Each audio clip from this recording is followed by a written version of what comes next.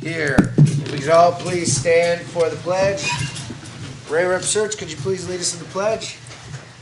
I pledge allegiance to the flag of the United States of America and to the republic for which it stands, one nation, under God, indivisible, with liberty and justice for all. Could all remain standing. Trustee Taglia, could you please lead us in a prayer? Certainly. Our Heavenly Father, will thou be pleased to grant that this meeting, thus begun in order, be conducted in peace and closed in harmony. Amen. We go to item 3, approval of the agenda. Can I have a motion to approve the agenda? Mr. President, Trustee Taglia, I'll move to approve the agenda. can I have a second? Mr. President. Trustee Kase, Second. questions or comments? Roll call, please. Trustee Bulthuis? Yes. Trustee Taglia? Yes. Trustee Kase? Yes. Trustee Bullwinkle? Yes. President Cullerton? Yes, and I just received a text that Trustee Davis is sitting at home sick with the flu. Sorry. Let him stay there. Item 4 is presentation of fiscal year 2012-13 annual GFOA Distinguished Budget Presentation Award. Here I am. Here we go, Shannon. Thank you. I'm pleased to announce that the village has received the GFOA Distinguished Budget Presentation Award for the fiscal year 2013 budget, and this is our 20th consecutive year that we've received this award. The budget process starts in December and is finalized by the end of April with the village board's approval. Many hours are committed to accomplishing the final product, and it is only done with the cooperation and input of staff, department heads, the village manager, and of course the Board of Trustees. It is accomplished also because of the commitment of Vitas as village treasurer and our financial budget analyst, Julie Settles, who has a difficult task of working her magic in producing the multiple revisions as well as the final printed document. That said, I have the award. President Cullerton. Awesome. Do you like it? No? You know what? I'm only here I'm for gonna a put short it- time. I'm gonna put I it would in like the to board. keep it in either the Oh, boardroom it on will our be. trophy case back there. Yes. Or we can keep it down in the manager's office, or because you and your team do such a good job, your office would be I think great we'll as put well. it in with all the other ones. Fantastic. Thank And you. that, how many years in a row have we got? 20th. 20th? Yes. All right, rather impressive. Any comments on it? No, I'm not going to question her. I think she's done a tremendous job, year in and year out. 20 years in a row for an award. Come on. I haven't been for that long. All right, with that, we will go. Do you have a proclamation? As I'm looking through it through your hands. I don't know where it is. I have it. Fantastic. Thank you. All right, item 5, proclamation designated January as Kiwanis, as Mr. Manager Keener says. I say Kiwanis. Eliminate Project Month in Villa Park. Proclamation designated January as Kiwanis Eliminate Project in Villa Park. Whereas the Kiwanis Club of Villa Park is joining with over 800,000 Kiwanis members across the globe to raise $110 million in the next 4 years for Kiwanis International's Project for Children, the Eliminate Project. And whereas the Eliminate Project is to eliminate maternal neonatal tetanus worldwide and will protect millions of women and their future babies who are at risk for MNT. And whereas each day approximately 160 babies die from tetanus, a very painful disease that causes excruciating convulsions, terrible pain, and even prevents mothers from touching their babies. And whereas tetanus is a highly preventable disease with a series of 3 vaccine doses to women of childbearing age, costing approximately $1.80. And whereas not only will the Eliminate Project protect women and babies from tetanus, the project will also create a path for other services such as health, education, clean water, nutrition, and other vaccines.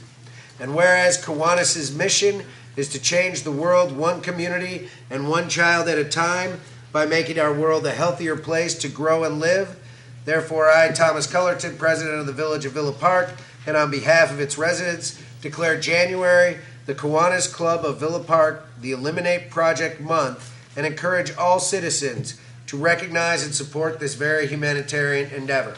And we do have members of the Kiwanis Club here this evening. If they would like to come forward, talk about this venture, and also what the plans are for donations, how we're going to do things. Outstanding. Dan, I'll give it to you. President Cullerton, thank you very much, and obviously trustees, thank you very much for proclaiming this month as the Eliminate Project Month here in Villa Park. 1 year ago, we were here on behalf of the Kiwanis Club and the Kiwanis International to speak to you about the Eliminate Project and our goal as a community in Villa Park to raise $40,000 toward this $110 million goal. We're happy to report that after 1 year of donations and fundraisers, we've raised over $11,000 toward that $40,000 goal. So we're well on our way. That's a 5-year plan, by the way, to raise the $40,000. So obviously proclaiming the month as Eliminate Month is fantastic in terms of recognition. We'd like to thank our residents who have already participated throughout this past year in donating funds toward this project. We do have a few fundraisers this month that we are dedicating. The first is at Dominic's Pizza, which you can't go wrong, obviously, in St. Charles Road and having a nice meal out. But on January 23rd, don't cook. Go ahead and eat out at Dominic's. They will be donating either 10 or 20% of the proceeds from their sales that evening, depending upon what you order, toward the Eliminate Project in Kiwanis Club of Villa Park. We're very, very excited about that. In addition, our Key Club at Willowbrook High School is sponsoring our annual Battle of the Bands. All the proceeds on the January 29th event will be completely dedicated to the Eliminate Project. So our goal at the end of this month is continue to raise funds toward that overall $40,000, and as was read in the proclamation, to help to eradicate maternal neonatal tetanus from the world. So thank you so much for obviously proclaiming this month as the Eliminate Month in Villa Park. Right? So on behalf of the Villa Park unit of the Elmhurst Hospital Guild, our board members, instead of having grab bag gifts this year, we decided to make donations instead. So the donations are being split between two organizations, one that helps the children and one that helps the mothers. So on behalf of the Guild, I wanted to present this check for $50 to the Eliminate Project to start us on our way for this year. Thanks, Ray. Thanks.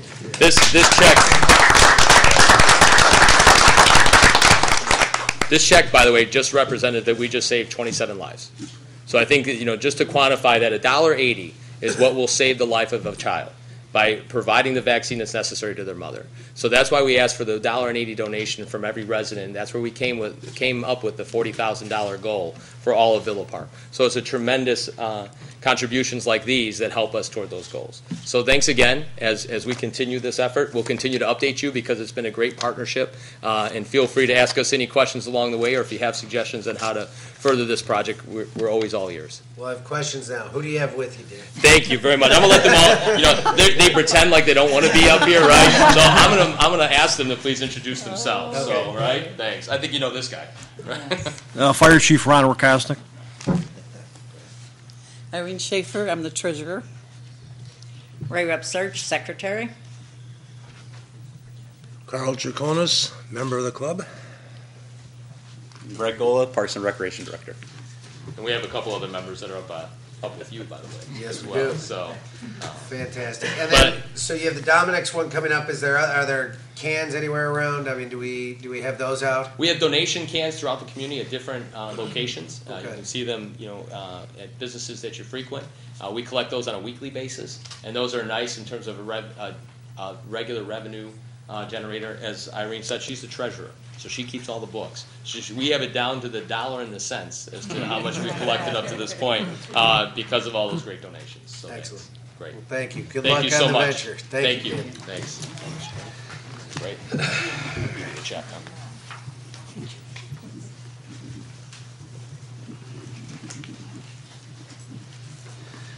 Item 6, discussion regarding electric sign. Manager Keener. Thank you, Your Honor. Beginning in 2009, the Village of Villa Park staff began consideration of potential amendments to the sign code relative to electronic signs. Significant research and discussion has ensued since that time. The proposed text amendment changes as it relates to electronic signs was supported by the Planning and Zoning Commission, as well as the Transportation and Safety Commission and the Economic Development Commission. The proposed language would perpetuate the use of electronic signs, but with more regulation and specific prohibitions along certain corridors. The prohibition on movement of any kind, other than the change from one static message to the next, remains. And Your Honor, this evening we have Director Grill to kind of explain the recommendation. Thank you.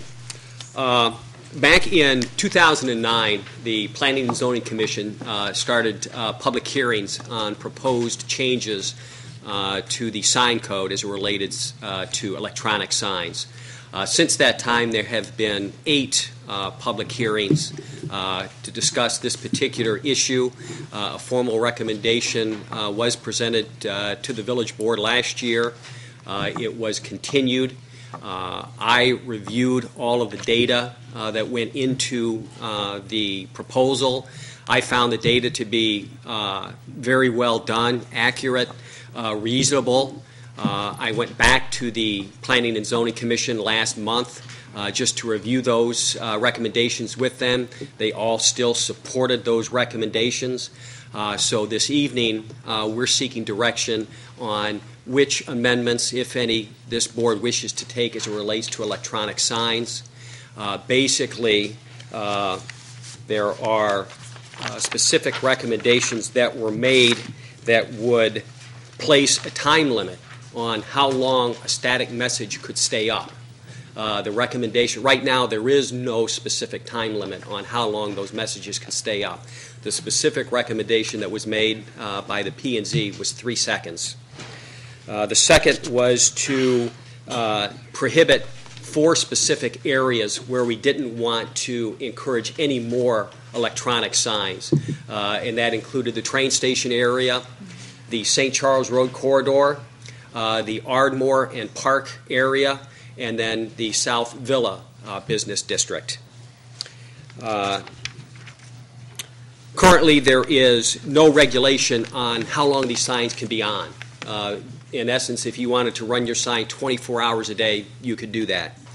What this proposal called for is that any business that had an electronic sign that was within 100 feet of a residential zoning district would have to turn off their sign at 11 p.m.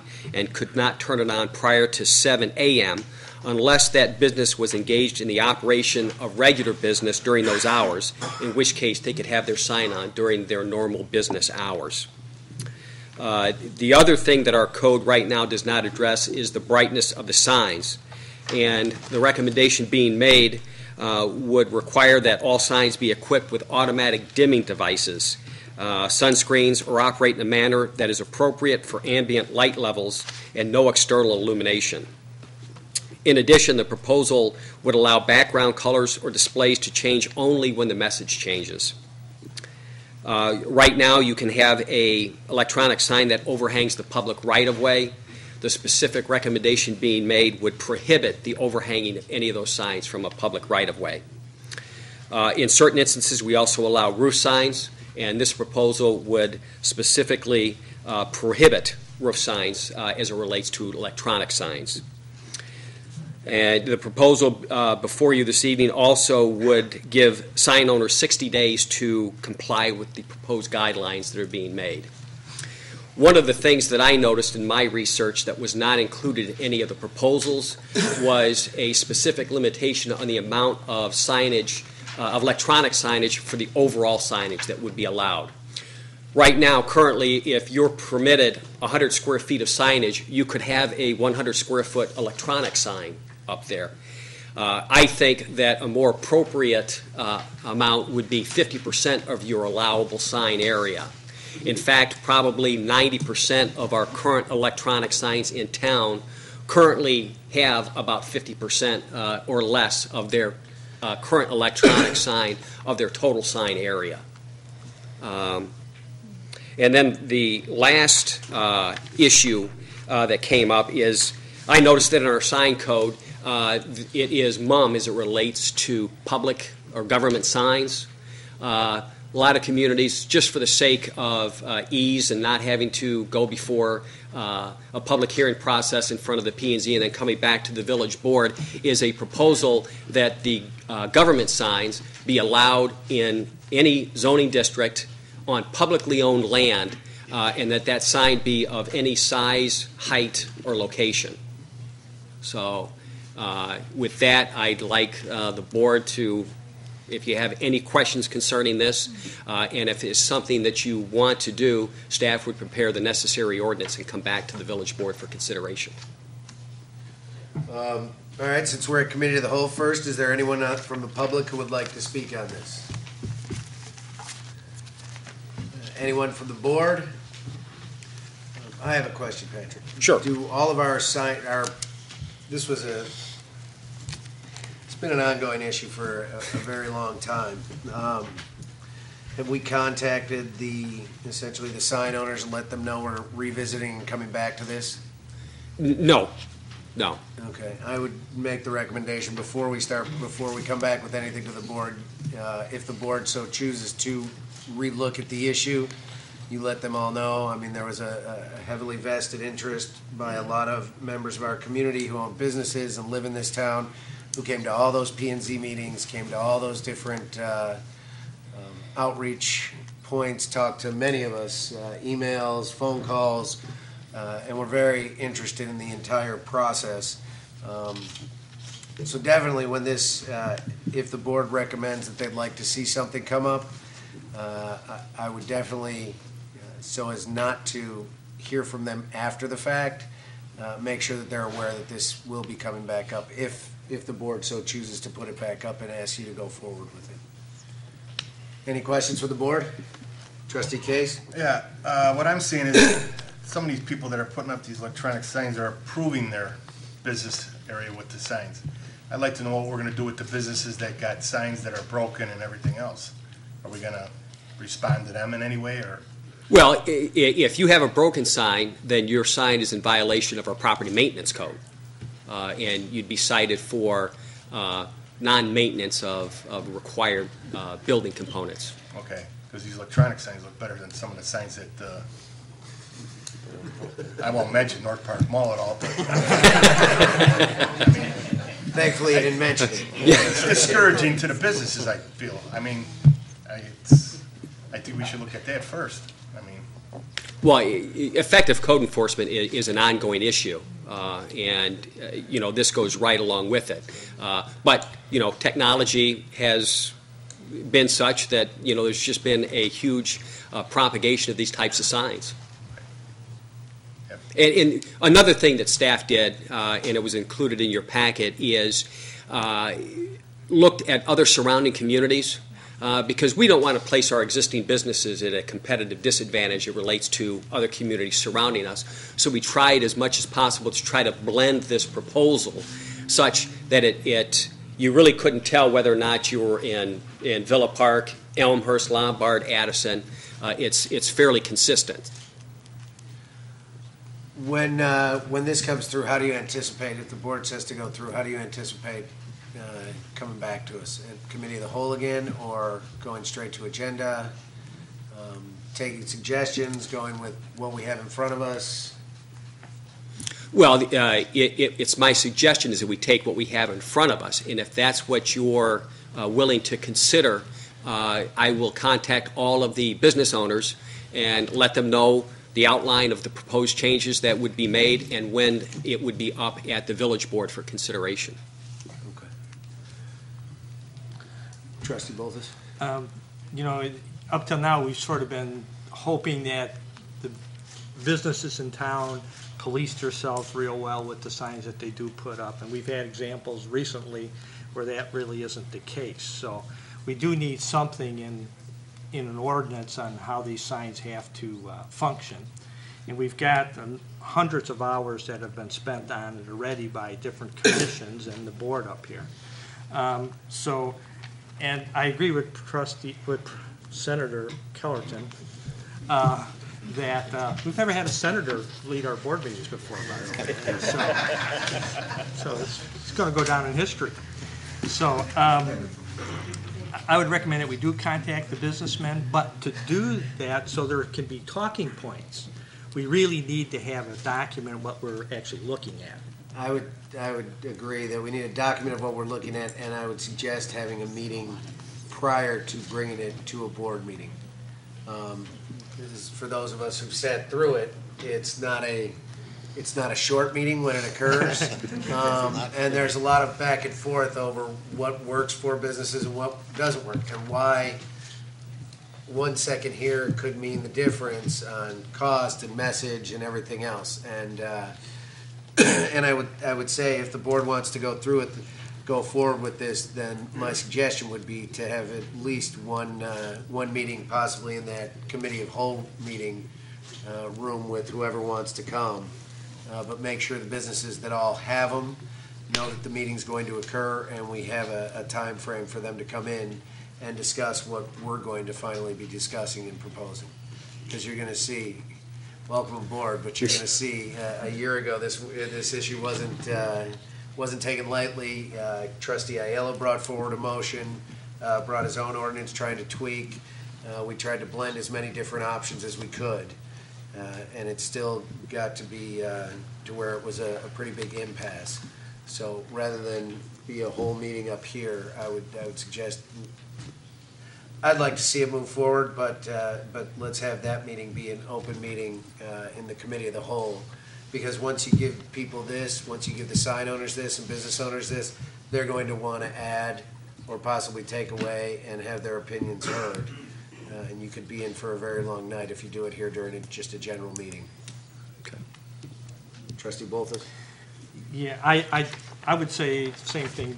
What you have here is probably what you should come back with. In talking to letting the businessmen know, let them come talk to us is a good idea. I'm not 100% sure we're going to hear anything different than we've already heard, but it never hurts to let them say their piece again. So I don't know if President Cullerton's saying that we're going to have that meeting with the businessmen I would say in a COW, or? I would say we can do it just an open public meeting where the board is here. And we can either do it in here in Committe-of-the-whole room. We'll probably need this size of the I would say, but we should definitely have where the board is present, where the entire board is present, prior to it coming back onto the agenda, because you're going to want to hear all of it, and you're going to want, and we should truthfully talk to some of the members of P&Z to come out as well, if they would, if they could help us. So I'll leave it up to the manager and you, Patrick, to schedule all that. Sound good? Sounds good. Perfect. Anybody else? Any other questions, comments? Everybody good with that thought? Go through with a separate meeting? Yes. Yes, okay. Item 7, consider an ordinance providing for and requiring the submission of the proposition of issuing $22,500,000 general obligation bonds to the voters of the Village of Villa Park, DuPage County, Illinois, at the consolidated election to be held on April 9th, 2013. Manager Keener. Thank you, Your Honor. The village is proposing that a bond referendum be placed on the April 9th, 2013 ballot for an expenditure of the amount of not to exceed $22,500,000 for the purpose of paying costs of street and storm sewer and related improvements throughout the village and expenses incidental to the project. Before the board can construct the project and borrow money and issue bonds for such purpose, a proposition therefore must be submitted to the voters of the village and be approved by a majority of the voters. Thank you, Your Honor. Thank you. Any questions or comment from the public?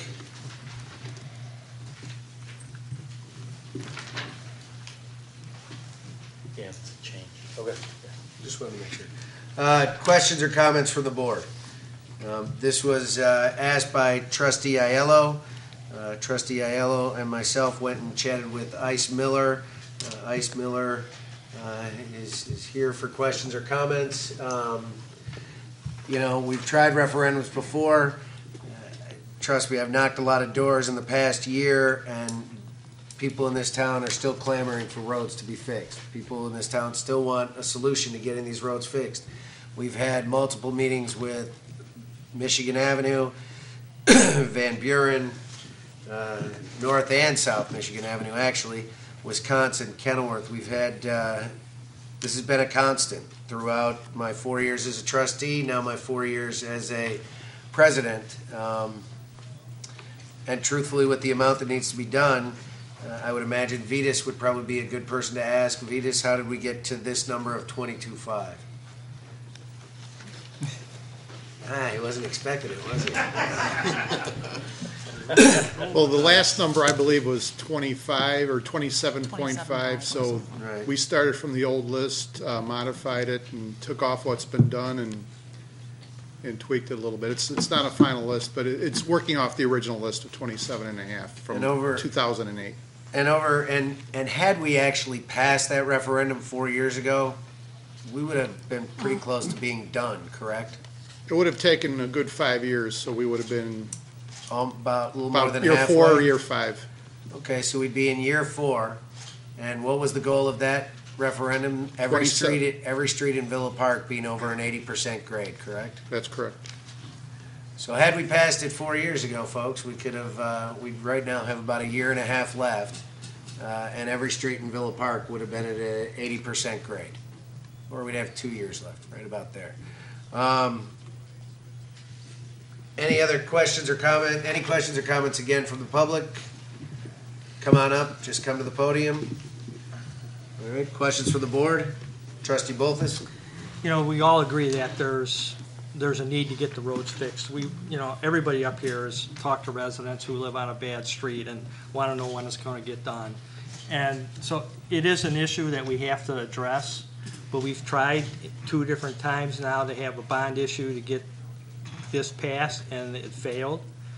Now we have, 2 months before the next election, if we do put it on an agenda, on the ballot. But, we've tried it twice in a quick method, just doing it, not talking, having meetings ourselves. What are we going to do different this time that will give us a different results? How are we going to educate the public? What's the plan? We got some guys here that know how to do this. Am I correct? Right. Can we have a little idea? What do you think about the time frame that we're working with? Is it a wise choice, or is it something that maybe we should wait a little bit if we want an affirmative vote from the residents? Okay. My name is Bill Hofer. I'm with George K. Baum and Company. We were here about, it was a little over a year ago. It was, I believe it was like the fall of 2011. And we're in the banking side. The election services group, we had Ann Knock made a presentation that evening discussing all the steps. And all I happen to have one from, which is somewhat of a compressed, that we looked at for a high school. It would be a compressed time frame. The normal time frame that they work with is somewhere between 12 to 18 months that they work, but it's a very detailed, I think as she presented to you all, that you really have to engage the community. Something that she's very adverse to, the election services group is adverse to, is the low-key approach, because they find that usually that's very, it's not very successful. But given that, you can go out and approach something like this, and you have about 2 months, 2.5 months to do this, but it would be extremely compressed, and it would be something that would take a lot of energy of the people. They work through the committee, and you'd have a campaign committee.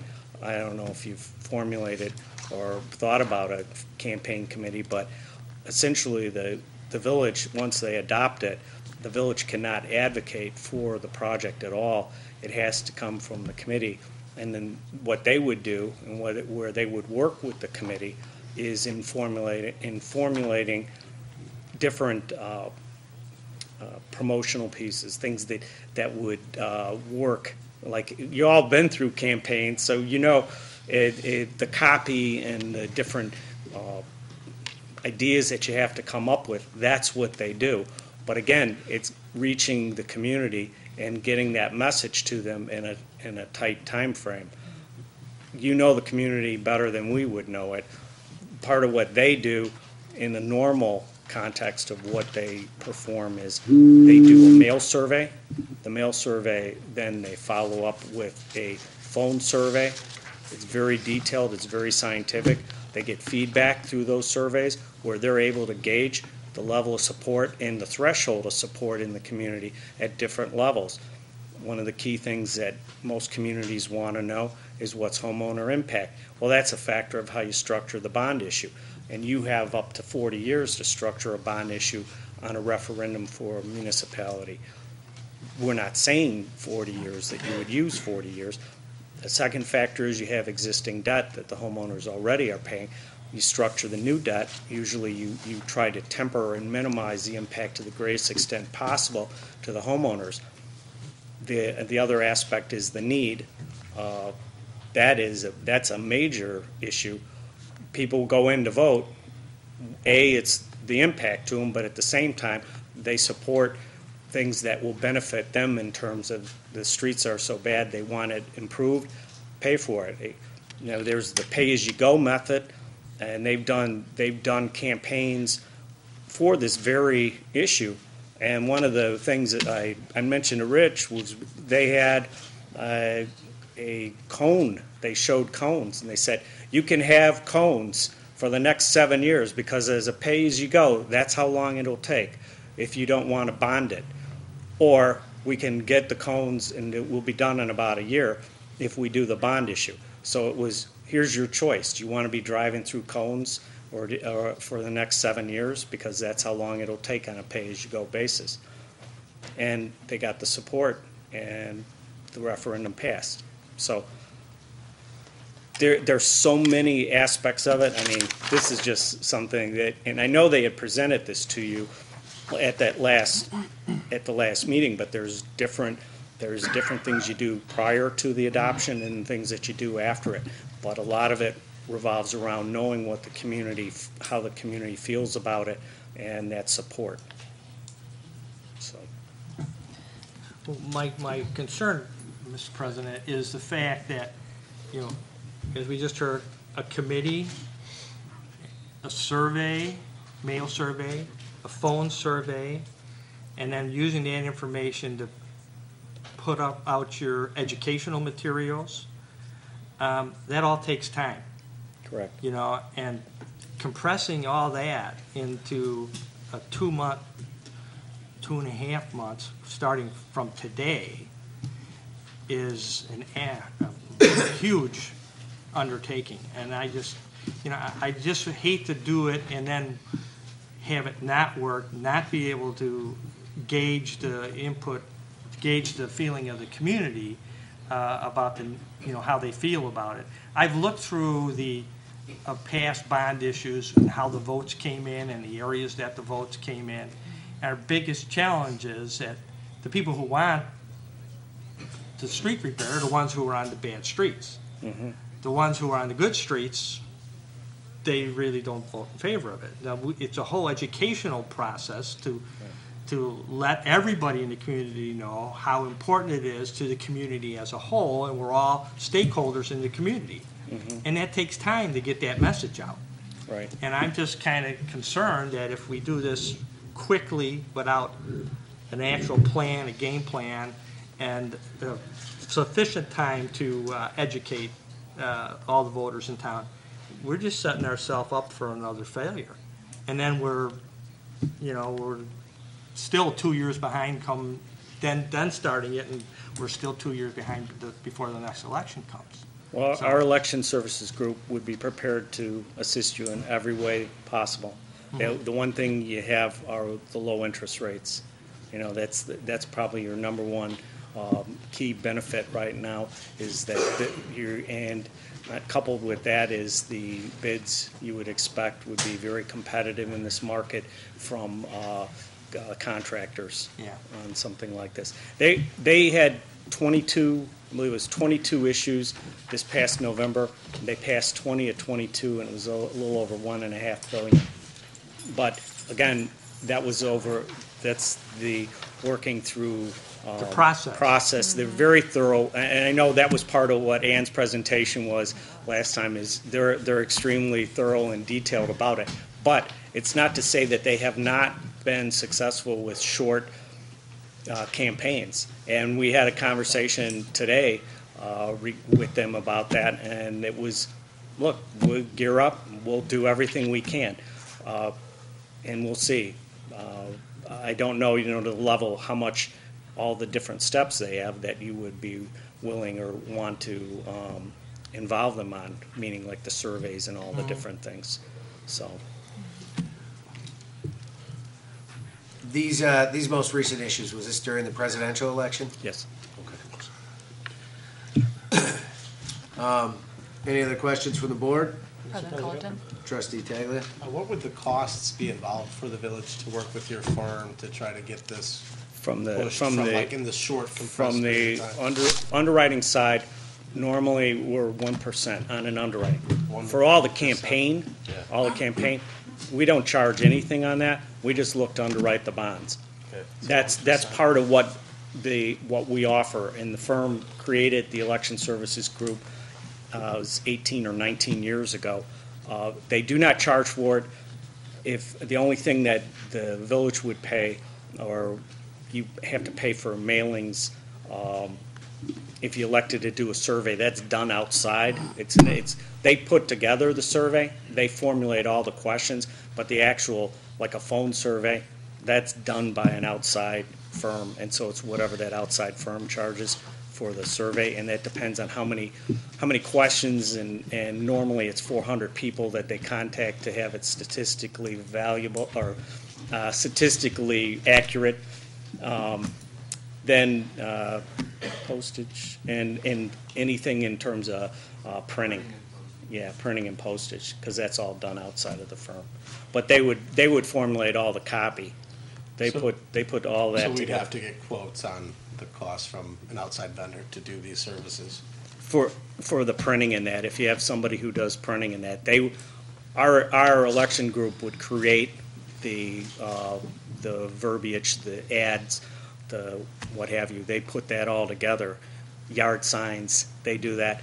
But as far as paying for that, that's all done by somebody else. Thank you. Truthfully, the village couldn't pay for it. 'Cause You it's a couldn't campaign. pay for it. It'd have to be the committee. You have to formulate a committee to do that. Trustee Bullwinkle? I tend to agree with Trustee Bulthuis in terms of the timeline. I think, we all up here care about our roads and the infrastructure, but at the end of the day, in order to do it right, we need to have the time to do it right. In the past, I think personally, we failed because we didn't put in the time, the energy to put together a sound plan, talk to the residents, do the surveys, do the sign campaigns and other community education campaigns that would be necessary for something of this magnitude. I mean, we're talking about $23 million. Right. It's a lot of money. And I think in order to do it right, we need to do it right. So I would love to hear from the residents, but I don't know if we can get a good sampling within 2 months before this shows up on the ballot. We really need to clue the residents in on this, and there's also a trust factor involved too. It takes a lot of trust. So I know that's one of the Yes. That's one of the things that they do in their presentations. They raise the issue of trust. That's another factor. So that's how I Trustee feel. Kase? What's your point of view? Where do you feel we stand? Honestly. I think, well, Hey, no. Said so you work in the for free. report. Yeah, Nobody. I've been with them. Seeing them work on campaigns. They just successfully passed 3 issues for us in Illinois. 3 different referendums in Illinois. They tend to work better with more planning. It's more systematic. It's very detailed, and they have a much better or much more accurate feel for where things will be at the end of the day. they can do, but I said they can do it compressed, and they've been successful on some compressed campaigns. I think there's enough people in this town, but anybody got any other options? What's the interest rate gonna be on this one? What's the range? Actually, he has some numbers on them, just preliminary. A I think range, this was. a range. I'm not gonna hold it to a number. Yeah. I understand the market can change. Just looking at a 25-year schedule on a level debt structure, the true interest cost would be about 3.63%. So It's it'd be 25 less than years. half of what was proposed for last time we proposed it, Rates are- as far as the rate goes. Not the repayment rate, but the rate. Rates in November hit all-time low. Oh, you know what? Can you come up to the mic so we can hear you? Oh, sure. No worries. As I was saying, on a 20, by the way, I'm Tom Reedy with George K. Bauman and Company as well. Thank you. On a 25-year level debt structure, our estimated interest rate in today's market would be about 3.63%. That would be the true interest cost. As I was saying, in November, we did hit all-time lows in the municipal market as far as interest rates are concerned. So it is a very good time to borrow money. I think everyone knows that home loan rates are very low. Treasury rates are very low, as well as the municipal market. It has come up slightly in the last month or month and a half, but it's still, interest rates are still very, very attractive. And Vetus, how are prices for road work? Low? I mean, I don't know if we'll ever get to the levels they were at 2009 and 2010, but how are they? Well, they've crept back up primarily because fuel costs have come up quite a bit in the last few years, so they're higher than they were in 2008 and 9, obviously, and right now, fuel costs seem to be the driving force. Are they still lower than they were in 4 and 5? Slightly higher. It hasn't been a huge change. Costs of roads are higher now than they were in 2004 and 2005 and 6 when the market was booming? Sure. Okay. They're slightly higher because of fuel costs. Okay. Mr. President? Trustee Taglia? As far as the way the debt's structured, the homeowners in town primarily shoulder the burden of the repayment of the bonds. Is that true? If it's a general obligation and you're paying it from the property tax, yes. So the property owners will be the ones paying back the taxes. Is there another way to structure this type of a debt? Are there any There's- other options? You besides can look at other property revenue taxes? sources such as motor fuel tax, and you can dedicate motor fuel tax to it. You can, again, we have not had discussions with the village administration regarding all the different options. The structure you could go out 40 years. You could have interest only, given what your existing debt is, and have it. My concern is the willingness of homeowners to shoulder more taxes, seeing that, everyone just got a nice pay cut to start the new year. Right. And I think right now there's probably a bad taste in everybody's mouth as far as taxes go. And the last thing I'd like to see is another referendum fail. So if there was other options we could look at besides just having homeowners shoulder the entire burden, you said maybe motor fuel taxes or other areas. If you structure. Real quick, as a non-home rule community, you still you'd have to pass, and that would be straight up tax increase on the ballot. It would say tax increase, whether it be a sales the language tax, on motor the- fuel okay. tax. Right. Yeah, I mean, if we're, as a non-home rule community, you could, essentially, you can increase property taxes and, correct me if I'm wrong, you could increase property taxes and sales tax and everything else at whatever rate you wanted. But due to being a non-home rule community, you are essentially, you have parameters that you can work in, and you can't raise your retail or motor fuel tax without going to a referendum. So we'd have to put a like question on a referendum with this if we wanted an alternative structure to pay back the debt. Right. I see. You have a 2009 A and B issue that you adopt a resolution each year to abate the levy. Yes. There's a levy behind that, but you adopt and you abate. You could do the same thing with a general obligation issue if you had another revenue source to pay the debt service.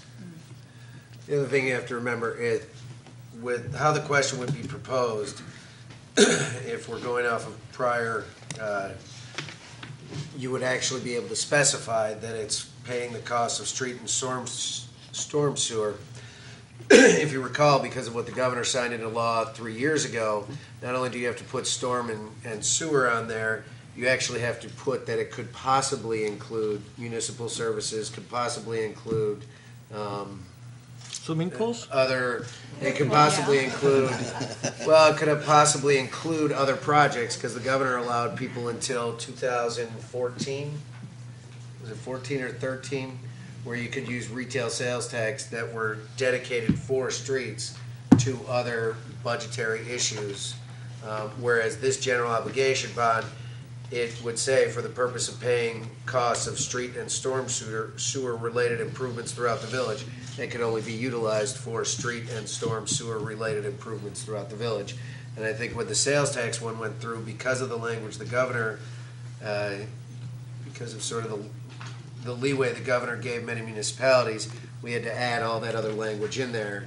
So people, when they got into the polls, said, well, wait, this is going for storm. How come they say buildings can be used? How come they say general fund can be used? How come they say it can be put into different revenue sources or revenue streams within the village? And I know for sales tax, that would still be true for at least another year on any referendum question brought up. Okay. If I'm wrong. Right. Correct me if I'm wrong, but I believe, and I think that expires possibly this year. Correct? Yes, I'm over it. Don't worry about it. One last thing, Mr. President, is my concern would be that I think the residents deserve some type of dialogue, some type of notification, maybe some input, just so, they're aware that there's a possible pending referendum and what the ramifications are. I think that would be something I think is important that we do. That's it. Trustee Kase. What's the penalty if we don't get the referendum passed? Nothing. There's no penalty to you. I mean, but then we gotta wait another year, or No. What's the difference then? Just another negative that you've lost it again. It's just another loss. It's Right. another We've been working on signs since 2009. What's the difference? 2008. We've been working on signs since 2008. I lost the year. I was trying to get the ton of little credit. 2008, we've been working on signs. If you asked your wife to marry you, and she said no, would you ask her again? Absolutely.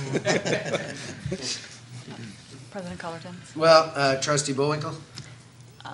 If I could ask Director Lump, our finance director, kind of explain our bond obligation. You had submitted a memo to the board.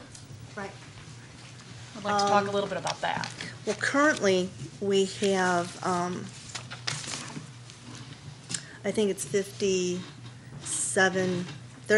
we're allowed 57 million, and we have currently almost 18 million. So we have 35 million that we're allowed. Okay. That's based on a current EAV. Right. The EAV goes down, Right. that number drops as well. Right. The EAV goes up? That number goes up. Thank you. So, Let's hope it goes up. so the debt margin, according to your memo, is $35,697,000 and some change. That's our maximum. Maximum. So of which 27.5 or thereabouts would be what this bond referendum would be. It was changed to 22. 22. Yeah, So once the even at numbers came in. 22, that would give us, feels like we're getting kind of close to the bone. Yes. Little Yes. too close for comfort for Yes. me, right now. But that's currently, there are bonds that will be paid down over those But years. that takes and how they, time. yeah, but it's how they structure it too. And perhaps while we're waiting to pay down some of that debt service, we can put a plan together that will provide potentially a better outcome if we decide to do it this way. Correct. Interest rates could also go up during that time frame. Yes, they could. Mr. President? Trustee Bullwinkle? Or Bulthuis? Sorry. Yeah. And I started to answer. Yeah, my concern is that we're not allowing enough time to put this together properly to get the results that everybody up here on this board wants. Yep. You know, we got the time frame from this gentleman, I'm sorry I forgot your name, of what has to be done. And to somewhat, according to their reputation, guarantee a 80% chance of a positive vote from the electorate of Villa Park. And if we also have, like Trustee Taglia asked, possibly other ways to pay for the bonds off rather than just only through property taxes. And that's another avenue that needs to be explored.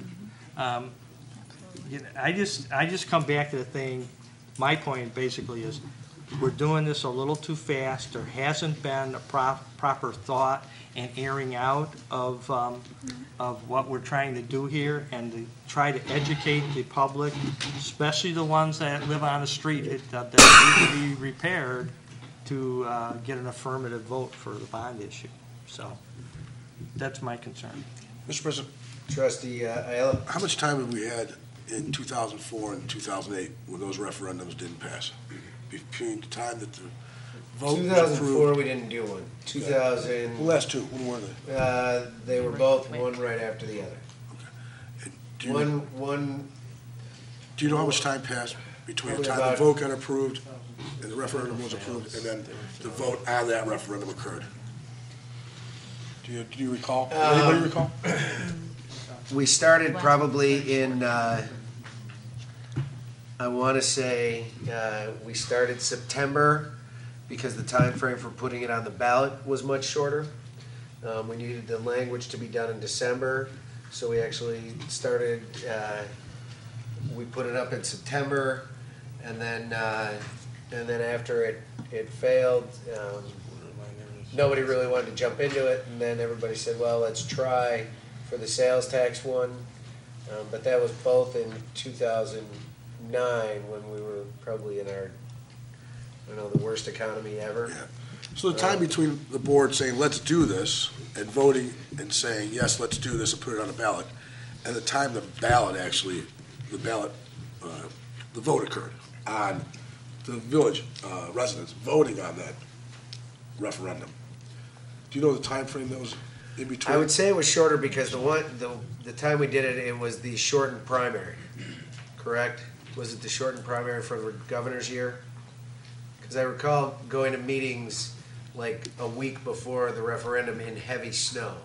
And usually we don't have hugely heavy snow end of March, beginning of April, but I'm trying to remember. All right, so if we don't remember We that. had a number of months. I think we had a little more time than we have allowing us right here. And I remember we were out, anybody who would listen to us, any place we get a group of people together, we were out there talking to them. And, educating them. Not advocating. And recall, a big chunk will be if the board is on board, because if everybody's not on board, you'll have people actually talking probably against it or telling residents, no, well, I don't know if now's the right time. And if there are board members who work against it, against going for the road referendum, then that's going to be detrimental to it as well. Well, I trust it. I think if it passed, I don't think anyone would really work against it, in my mind anyway, from the board. Maybe I'm wrong, but I trust that that's accurate. As far as finding alternate sources for revenue to pay down those bonds, assuming it got passed as a referendum for real estate tax, there's nothing that stops us later on from saying, you know what, let's do a car tag for $50 a car. And everyone's got to put $50 in every year. And usually there's nothing that stops us from raising revenue to pay those down faster just because we did it as a referendum against real estate. No, right? Nothing prevents that. I think so. You get your strongest rating or your strongest credit is obviously the general obligation, the property tax. But you always have the option, as long as you have revenues available, to abate the levy. And what the rating agencies would say is, in order to protect that and the viability or what you've pledged with the property tax, you would not abate unless you had the money on hand. If you abate prior to having the money, it's called a naked abatement. Right. And that's what they seriously frown upon. Right, so you Because would then you violate the trust of the bond. of the bonding company and the investors that buy into who it. invested it. So what we would prefer to do is issue that bond and then possibly pay it down slightly quicker than originally planned, You can after it's already been issued. You can put a call in place. We did an issue with a 7-year call. That's about the shortest you can do. Okay. The normal call in the market was 10. It's now about 8, an 8-year call. All right. And investors don't penalize the issuers for that. And that's my curiosity there is are the investors looking for the full 25 years? Obviously, when they bought into it, they want that. I don't want to ruin the credibility of the village in future referendums where you say, okay, we're doing another $22 million bond. Oh, yeah, that's the guy that paid us off early again. We don't want to get paid off early. Well, this type of an issue would be institutional investors. And there's 2 categories, those who invest in bank-qualified bonds. Bank-qualified bonds are issuers who in a calendar year issue $10 million or less in bonds. Because this is over $10 million, you're looking at the non-bank qualified, and that's your big institutional buyers. Mr. President? Trustee Taglia? I think the discussion here proves that this is a much deeper issue than it looks like at face value. There are so many different things that this board needs to talk about and understand, as well as the people of Villa Park. I've already heard additional taxes on the people and other kinds of things brought up, so it definitely is a concern in my mind. All the different ways this board or future boards may go after getting that money to pay back the bond. So I think that, there's a lot of thought and planning that this board should consider that needs to go into this. So that's. You did understand that pretty much Mr. Brown. anything he said would require taxes to pay for the road. Yeah, correct? that's my point. Okay, but no. Try to I put mean, it delicately. If you're saying you're against taxes to pay for the roads, it's Well, going to be I'm just coming saying out other either way. ways, like motor fuel taxes, we pay those anyway, right? Yeah, but $500,000 a year isn't going to pay off a $22 million bond. I understand. So it's like I said, instead of having it be new taxes or property taxes, what other vehicles are there? Taxes. Yeah, Mr. President. Either way, it's going to be taxes. Just so you know, it'll be whether it's an old tax or a new tax. If you want to put out $22 million worth of bonds and they have to be paid back, they will be paid back through taxes, some form, whether it's a new form or an old form. You can put a different name on it. You can put it as a fee. You can put it as whatever it is. But the quantifying factor is that it's still going to be a tax of some source. If you want to call it a sticker, if you want to call it a water fund increase, whatever it is, it's still going to be a tax. So if you're never going to be comfortable with paying back $22 million with the tax now, you're not going to be comfortable paying $22 million with the tax later, whether you call it motor fuel, whether you call it sales, whether you call it, if you're going to be against the tax, you're going to be against the tax either way. Mr. President. Trustee Aiello. I think this board can take credit outside of myself and Mr. Kase. We weren't here when it happened. This board can take credit for the fact that we are in a financial position to be able to borrow this money at a time when rates are not going to be lower in the foreseeable future. There's desperate need in the village. We got people that come in with sinkholes in the street. We have people that come in with pieces of their street. We are all aware of multiple streets that desperately need attention, and they need attention immediately, or we're going to end up with more sinkholes. We can borrow the money now at a reasonably low, like extraordinarily low rate that may not exist in the future. Not to do it now seems to go contrary to what this board has done in the past as far as being responsible, in my mind, for its financial decision-making. You put this off, you can always ask again. If it doesn't go through, again, like I mentioned, if it's my wife, this village is our wife. We can ask again, or our husband. We can ask again. It's not going to stop us from asking again if they say no. It's a good idea right now because rates are so low. We're going to get extremely competitive rates on the work because there is not as much work as there used to be. It's not likely to get better in terms of the money that's gonna need to go out for the construction and on the rate. If you've got the village made a great decision. The village homeowners made a great decision in 2008 by rejecting it because we're not paying it back at 8 1/4. We can do it now at 3 5/8. Call it 4. It's less than half of what was rejected. If that's not a selling point to the homeowners, I mean, if we can't sell that, we can't. You know what? Then we should have the roads deteriorate the way they've been deteriorating, and we deserve what we got if we can't get that going forward. I think another question is how many more houses are we gonna buy and tear down to make water retention ponds throughout town? We've done that twice now. I think that's an excellent decision. I don't think that's wrong to do. I think that's part of what we need to do. We could fix those sewers that are on that street instead of creating those retention ponds in neighborhoods.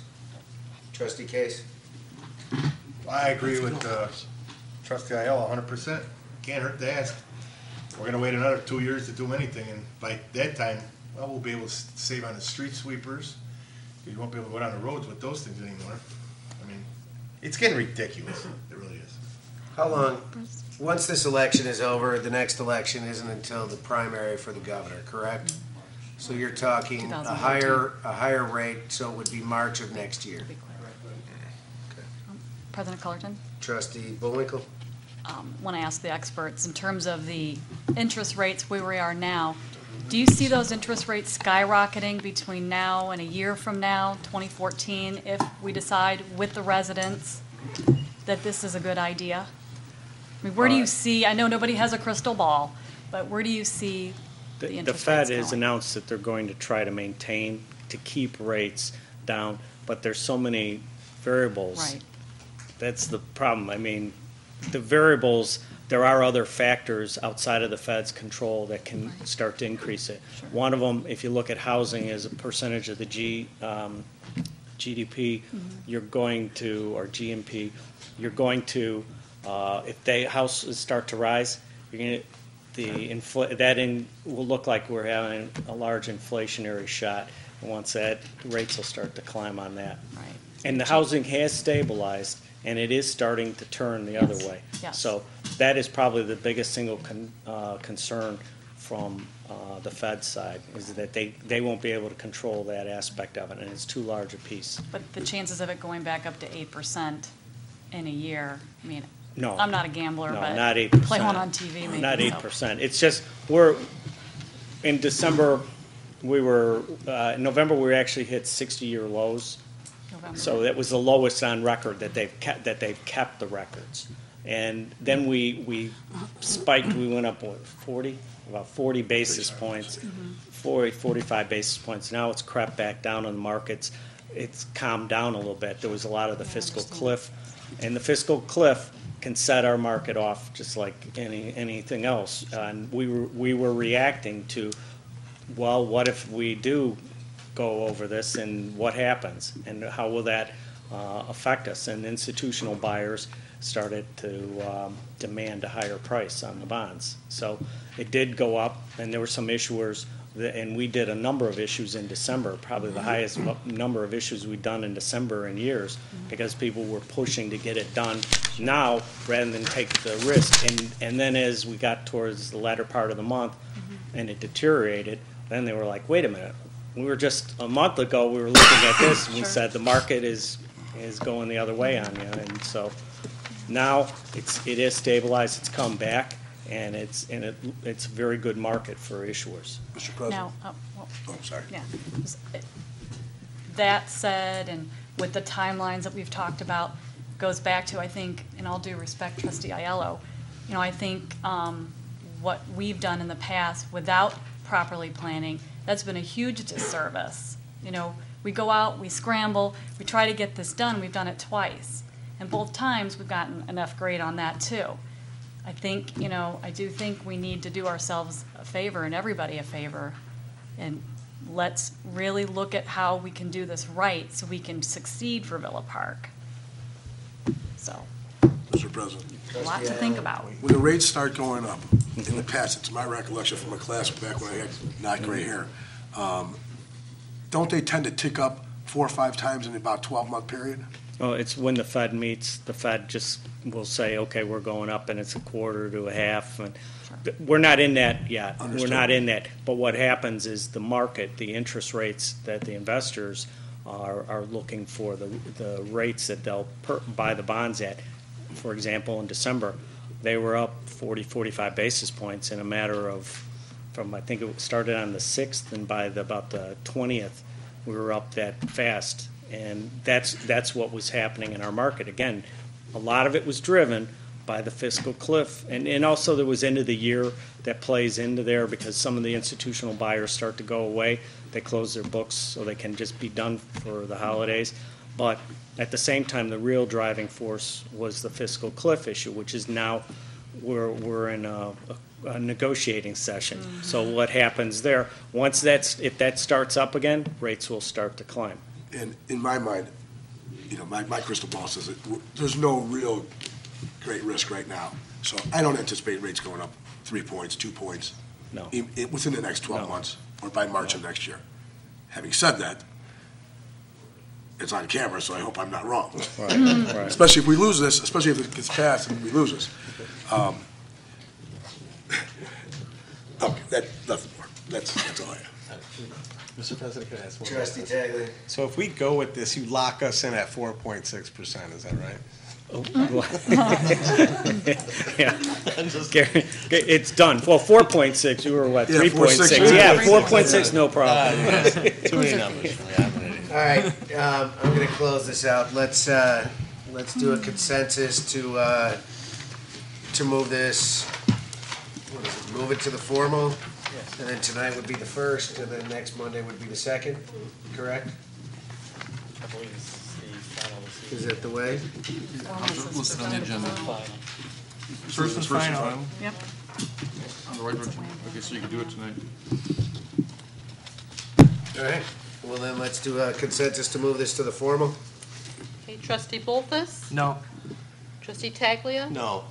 Trustee Bullwinkle? No. Trustee Kase? Yes. Trustee Aiello? Yes. President Cullerton? I would be a yes, but the motion will not move to the formal. There will be no road referendum. Item 8, consider ordinance of the Village of Villa Park, DuPage County, Illinois, amending the requirements of bidders for construction projects. Manager Keenan. Thank you, Your Honor. It is recommended to adopt purchasing procedures to provide for additional requirements of bidders for construction projects, to have active apprenticeship and training programs approved and registered with the United States Department of Labor, and to have bidders show 3 similar projects they constructed within the last 5 years. Thank you, Your Honor.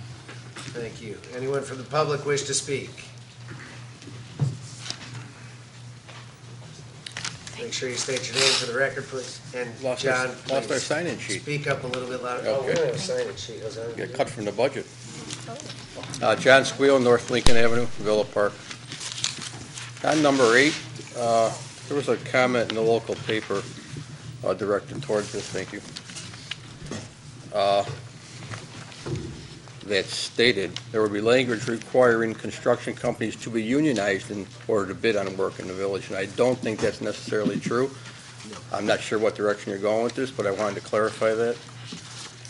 As the responsible bidder ordinance actually states, the word union does not appear in any responsible bidder ordinance. The ordinance simply attempts to create a level playing field for all contractors, union and non-union alike, so that the lowest bids reflect managerial expertise rather than the willingness to subvert the laws of the state. Like the prevailing wage law, which was enacted in 1941 in Illinois, the ordinance is neutral with respect to the union issue. It simply further defines the phrase responsible bidder as it relates to the term lowest responsible bidder that is referred in the Municipal Code of Illinois and been incorporated into the majority of pro-concurrent regulations around the state. Public might not have been aware of that. I just wanted to clarify that as you may move forward with this. And I have seen both sides of the fence. I have friends on both sides of the fence, and this may help put local craftsmen and women to work in the area. It may not always be the case, but I'd be interested to see where you go with this, that's all. Thank you. Thank you, John. Anyone else from the public wish to speak? Good evening. Bob Pirelli, 25-year resident of Villa Park, registered voter also. I am favorable in adopting this ordinance also, and there's a number of reasons. Not only talking about employing skilled and highest trained craftsmen in the area, and we do have high unemployment here, and I can tell you point blank, I know that there's hundreds of members of various organizations of craftsmen here in Villa Park that have been unemployed for a number of times. That can give an opportunity to. Also, there's problems that we have and issues that we have with day labor in here, with contractors utilizing subcontractors or day labor, even though it may be required under prevailing wage. It happens all the time, and it's driving up costs all over the place. Cost of your village doing their homework, getting certified payroll, utilizing time for that we're chasing down. And it's happening all the time. And you're not getting the best bang for your buck either, due to the fact that you're not getting somebody who was skilled, who was trained, who was in it. It is not a union provision. It's many people are signatory to Department of Labor standards. So I can assure you that that's not it. We're looking for, one, favorable towards trying to put people back to work, area people back to work, and two, getting the highest quality. There is no additional cost. By making somebody follow the law, it does not cost anybody, and you're more apt to have people that are registered in these programs, that are local, that do follow the law, and are less apt to, plain and simple, be cheating. So, hope you consider the adoption of this thing. I do believe it's important, and I can assure you it will come up again if it isn't. So, thank you. Thank you. Any other questions or comments from the public? Good evening. Cliff Duple, 60 East Oak Street, Villa Park. Reading this, it is recommended to adopt a purchasing procedure to provide for additional requirements of bidders for construction projects. And that's the one part that I don't understand, construction projects. Does that mean if we have a leaky roof and we need to hire a roofing company, that the only roofing company that is going to be able to bid on it is going to be what the description from the United States Department of Labor says what an apprenticeship is? So when I went into there, it said apprenticeship is a combination of on-the-job training and related classroom instruction in which workers learn the practical and theoretical aspects of highly skilled occupation. Apprenticeship programs are sponsored by joint employer and labor groups, individual employers, so doesn't have to be union, and or employer associations. But it also goes on to state, prospective employers work with the Office of Apprenticeship or state apprenticeship agency field representatives to develop a set of apprenticeship training standards. So any small company is going to have to become involved with this agency to have an apprenticeship standard set up, which includes on-the-job training, related classroom instruction, and curriculum and apprenticeship program operating procedures. So in order for a small company to be able to go and bid on, which doesn't say what is termed construction project, okay, is going to have to follow these rules and getting up on a training program, okay, and the apprenticeship program, when small companies don't have people continuously retiring and new people coming in. So if we're going to adopt this, I strongly disagree with the verbiage as it says right here. We need to describe what is a construction project, because like I just said at the beginning, is that you got a roof leak. Does that mean who are you going to hire? You're limiting yourself to strictly a union company. Okay? That is going to take all of your project, the costs of your projects, and skyrocket them instead of being able to hire a local business owner. And so, for that reason, I believe that this needs to be looked at, and it needs to be defined better. You know, if the end result is for large projects, fine. you know?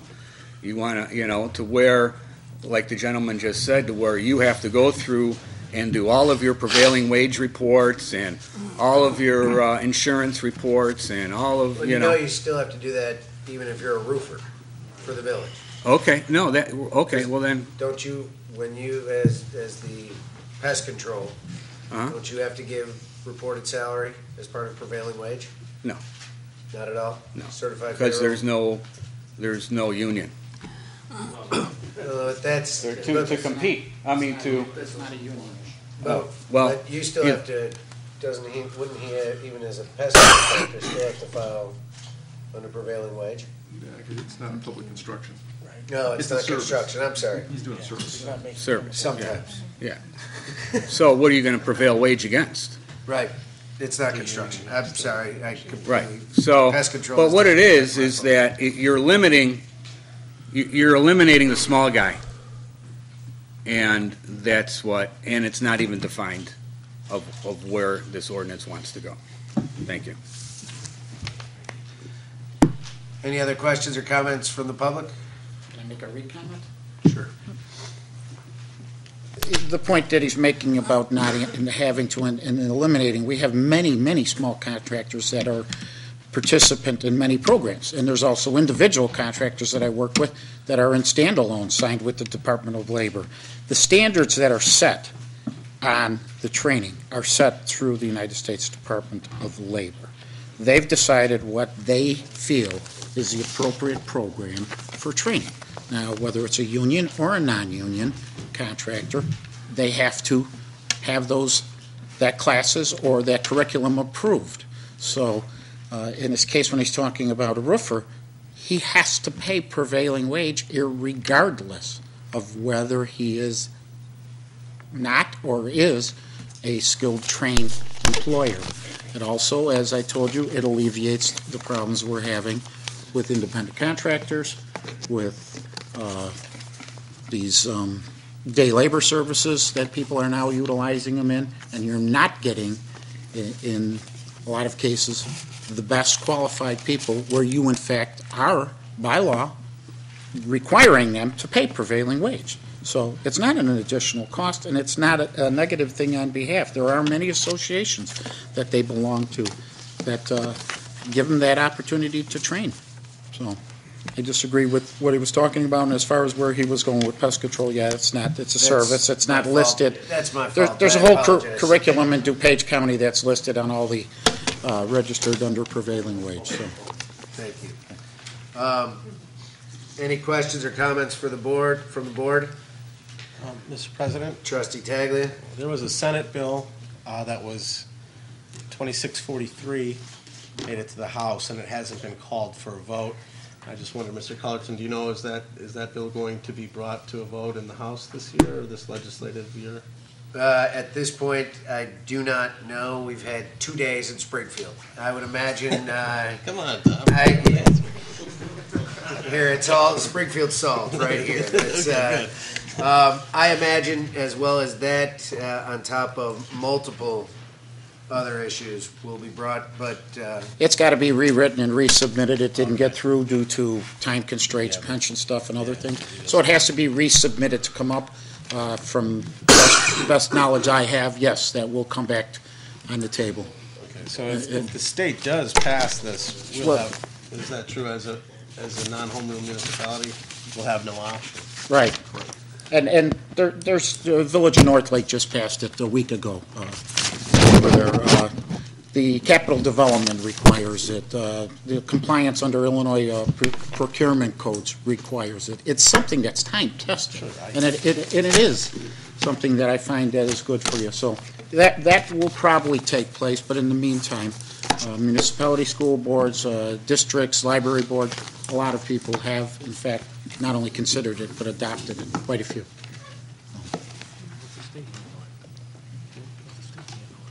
any other questions or comments? I think it's good. I think it gives us the best opportunity to get the best people here. The day labor thing, I see all the time, standing in front of Home Depot, waiting to get picked up and taken out to go work on a job site. And realistically, the contractors we use are under our ordinance of paying prevailing wage, but I can guarantee you they're not paying prevailing wage when they're grabbing day labor. I think this is just another protection for us as a village and a protection, and it'll improve our standards. But again, I'll leave it. Any other questions or comments? Mr. President? Trustee Taglia? Is this going to appear on a first reading on our next agenda? If it's passed through here, it'll be first on our next agenda, final on the agenda after that, correct? Hold on, let me get my, I'm still a little flustered on going committee of the whole then agenda, so I'm always behind backwards as far as. Not on this agenda. So I would just be a motion to put it on the agenda. Be a motion to put it on Monday's agenda. Mr. President. Trustee Aiello? I really don't have a problem with this as long as there's some kind of limit. Over a certain number, I need a skilled contractor. Below a certain limit, I don't mind not having a perfectly skilled contractor. I don't. So whether that number is somewhere where I want it or where someone else wants it, I don't know it, that it's got to be that a particular number that I would say. So what I'd like to do is propose that we just amend this to put a number on it, that above that number, it's got to be when I say skilled, I guess I shouldn't say it as skilled. I should say it as educated. Properly trained. Well, you know, with prevailing wage, it doesn't matter the size at all, correct? No, Manager Keenan, correct? Well, yeah, there is a $20,000 limit for, are you thinking of that to go out for bid? Is that what you're thinking of? No, out to bid, I understand. I mean, for the requirement that there be an apprentice training program for the bidder. I think he's thinking if you have At a to do a certain pipe, number. if you have to do a pipe fix. Yeah, I mean, if you're building the street, I don't want Day laborers. anybody that's not an apprentice, gone through an apprentice program to be doing my street and reconstructing the streets, and the sewer mains and the water mains, et cetera. At the same time, if I've got a roof repair, I want to be able to grab the local guy on a quick basis that I've got experience with and I trust, regardless of whether he's gone through an apprentice program on a smaller project. What that number is, where I would consider it to be a smaller project or a larger project, I'm not sure what that number would be. I understand Chicago Public Schools has a number of 50,000, then above 50,000, you have to be in an apprentice program. Below that number. That's 25. Is it 25? You know, I don't know that I want to go that low, but I wouldn't have a problem with a number. You know, that number in my mind, I'm not sure where it is. So I would suggest that we put this back in to. Can we move it forward and have a number Yeah, for sure. you next week? Sure. I can live with that. All right. Mr. President? Trustee Bulthuis? One of my concerns with this is, like Mr. Dupo mentioned, what we would be doing, though, is lowering the number of eligible bidders for projects in the village. And I don't think that would be to the advantage of the village to not, you know, even if somebody, you know, they have to pay prevailing wage, if they want to take a smaller profit margin for the boss, you know, that's their problem, you know, as long as they pay prevailing wage. We have people on our staff, we hire engineering companies, consultants who monitor all their work that they do, who monitor the paperwork and that they're paying the proper wages for the jobs that they're doing. So we have people to watch that already. So, you know, I just worry about the little guy out there who's trying to make a living too. He's not going to be able to bid on this. If his people haven't gone through this approved apprentices program, well, let's just not mix words. If they're not unionized, they're not going to get the job. It's Well, not true. okay, I heard. So, but, okay, it's maybe not true. That's my impression, okay? And I'm entitled to that impression. So, and I just like to have a little guy get a shot at some of these bids so that he can be a bigger guy someday. So, that's my problem with this. And the other thing is, we belong to a couple organizations, Page Mayors and Managers, Illinois Municipal League, and they don't approve of this requirement either, so. Page Mayors and Managers has never taken our crime-free housing down to Springfield, Florida. I understand that, but, I just don't want to, fewer eligible bidders, and that's what concerns me, so. Thank you, Trustee Bulthuis. Anyone else from the board? Just something I want to get out there. Trustee Taglia? I've served a couple of apprenticeships in my day. All right. One was they're both actually non-union. One was Department of Labor recognized. I have a certificate from the United States Department of Labor. Also, I have a couple other apprenticeships that were not through the United States Department of Labor, but I feel were just as good, if not the same, as the one that's recognized by the United States Department of Labor. So in that case, the other two apprenticeships that I had served don't qualify for this. Is that right? You have to ask the attorney. Right, if it's not recognized, it would not be. But we're talking construction. I don't know what those are for, but. Sure. Were those construction? Say yes. No, they weren't. Okay. All right. Any other questions or comments? We don't have a motion to put it on yet. I don't need a motion to put it on. I need a consensus to move it to the formal because it's committee of the whole. I just wanted to clarify with any more questions or comments. Any more questions or comments from the board? Consensus to move this to the formal? Trustee Taglia? Yes. Trustee Bullwinkle? Yes. Trustee Kase? Yes. Trustee Aiello? Yes. Trustee Bulthuis? No. President Cullerton? Yes, and that will move to the formal agenda.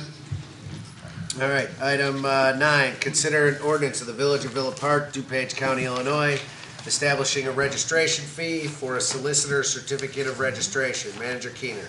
Thank you, Your Honor. The amount of people applying for a solicitor's license in Villa Park has more than doubled in 2012 from 2011. Surrounding municipalities require that each person applying for a license pay a fee to process their application. Currently, the Village of Villa Park has no fee to compensate for employee time and village resources to process these applications. Staff recommends that the village board and Board of Trustees approve an ordinance establishing a solicitor license fee. Thank you. Any questions or comments from the public? Before I open it up from the board, Manager Keener, how many applications have we had this year for solicitors? It's escalated over 100, Your Honor, and what transpires is they come in and fill out an application with my executive assistant, and which is then goes to the police department for a background check, and time is used over there. Then it comes back to the executive assistant, and for my signature, and then the applicant comes back in to either be approved or not approved, so it's very time consuming. So we're talking your assistant, police time and effort, Yes. plus back to your assistant as well, plus Yes. your time and effort as well. Yes. Plus background check? Plus a background, the cost of a background check, which nobody's paying for. Right. Okay, very good. Any questions or comments from the board on this? Seems pretty reasonable to ask. Mr. President. Convinced. Trustee Aiello? It seems like, I think this came up in December, and I wasn't misguided. I didn't move to ask for this to be approved, and I wish I would have. I apologize to the board for not having done that. And I think we do need this. I mean, we've got expenses on that the village is eating right now with no apparent, with no way to recoup the cost. Well, and not that we should recoup a cost for every single thing we do, but it's got to come from somewhere, and it can come from the general fund. We don't have to have a specific thing to recoup the loss, because it comes from the general fund now to cover the cost. But this is a kind of a license that allows someone to make money in town, and they come to us to get that license because they want to make money in our town. You know what? I'll make money in the town, cover our expenses. I think that's a fair trade-off. And I can say truthfully, the spike in door-to-door occurred because of, obviously, electric aggregation not passing, which left us as an open community for anybody to sell any resident a lower electrical rate. Since the village did not aggregate together, any resident could opt into any number of multiple programs throughout the town. So the moment our referendum didn't pass, 5, 6 different energy companies were out knocking on doors, looking for new sales and new business for lower electrical cost, which hopefully will get rectified at this upcoming election when we successfully pass electrical aggregation. Any other questions or concerns? Consensus? Trustee Bullwinkle? Yes. Trustee Kase? Yes. Trustee Aiello? Yes. Trustee Bulthuis? Yes. Trustee Taglia? Yes. President Cullerton? Yes. 10, consider a resolution regarding zoning restrictions on cannabis dispensaries and related facilities. Manager Keener. HB 0030 is under consideration within the state legislature of Illinois. If municipal marijuana is legalized in the state of Illinois, the Village of Villa Park will have to enact measures to ensure the location of dispensaries is controlled. This resolution will allow the Planning and Zoning Commission to regulate which areas of the village the dispensaries are allowed to operate. Thank you, Your Honor. Any questions or comments from the public? Really? Yeah. Oh, all right. Wow, I didn't realize. You're a resident too. Well, Al, you've never spoken at a meeting. You take pictures, you set resident. up our wonderful cable feed. I thought maybe. That's all I wanted. Okay, go ahead. No, I just want to make a point. No, thank you, no. Oh, wait a minute, let me. I just want to make a point. I looked that up, that House B 0030, and just in case anybody else does, it's House B 0001. It got changed. Okay. With the new House. Right, this was the old, right before lame duck session ended. It was Yes. HB 0030, correct? That's correct. Right. So the new bill is 0001. Yes. All right. I looked it up today, that's why I wanted to make that point. Doing your research. Thank you. And realistically, last week, we were going to have a special meeting of the board last Monday because there was buzz that myself and Manager Keener heard from Springfield that the legislators were going to pass medical marijuana in the lame duck session. It would have been before this board meeting. It would have been signed, which meant if they passed it on Monday of last week, it would have been signed into law by the governor on Wednesday, which would have meant that a licensed dealer could have gone and gotten their license down at the state building and been up running and selling by Friday here in Villa Park if they had essentially a transferable license. So Manager Keener and I chatted, this was a week ago, right? About the need for there to be something that stopped this from rushing in if by chance it passed in the lame duck session. It did not pass in the lame duck session, which is why we put the meeting off, and we had heard back that Springfield had said it was not going to pass, it was not even going to be called, so we put the meeting off, but we wanted to get it on the books because realistically, it is a House bill right now.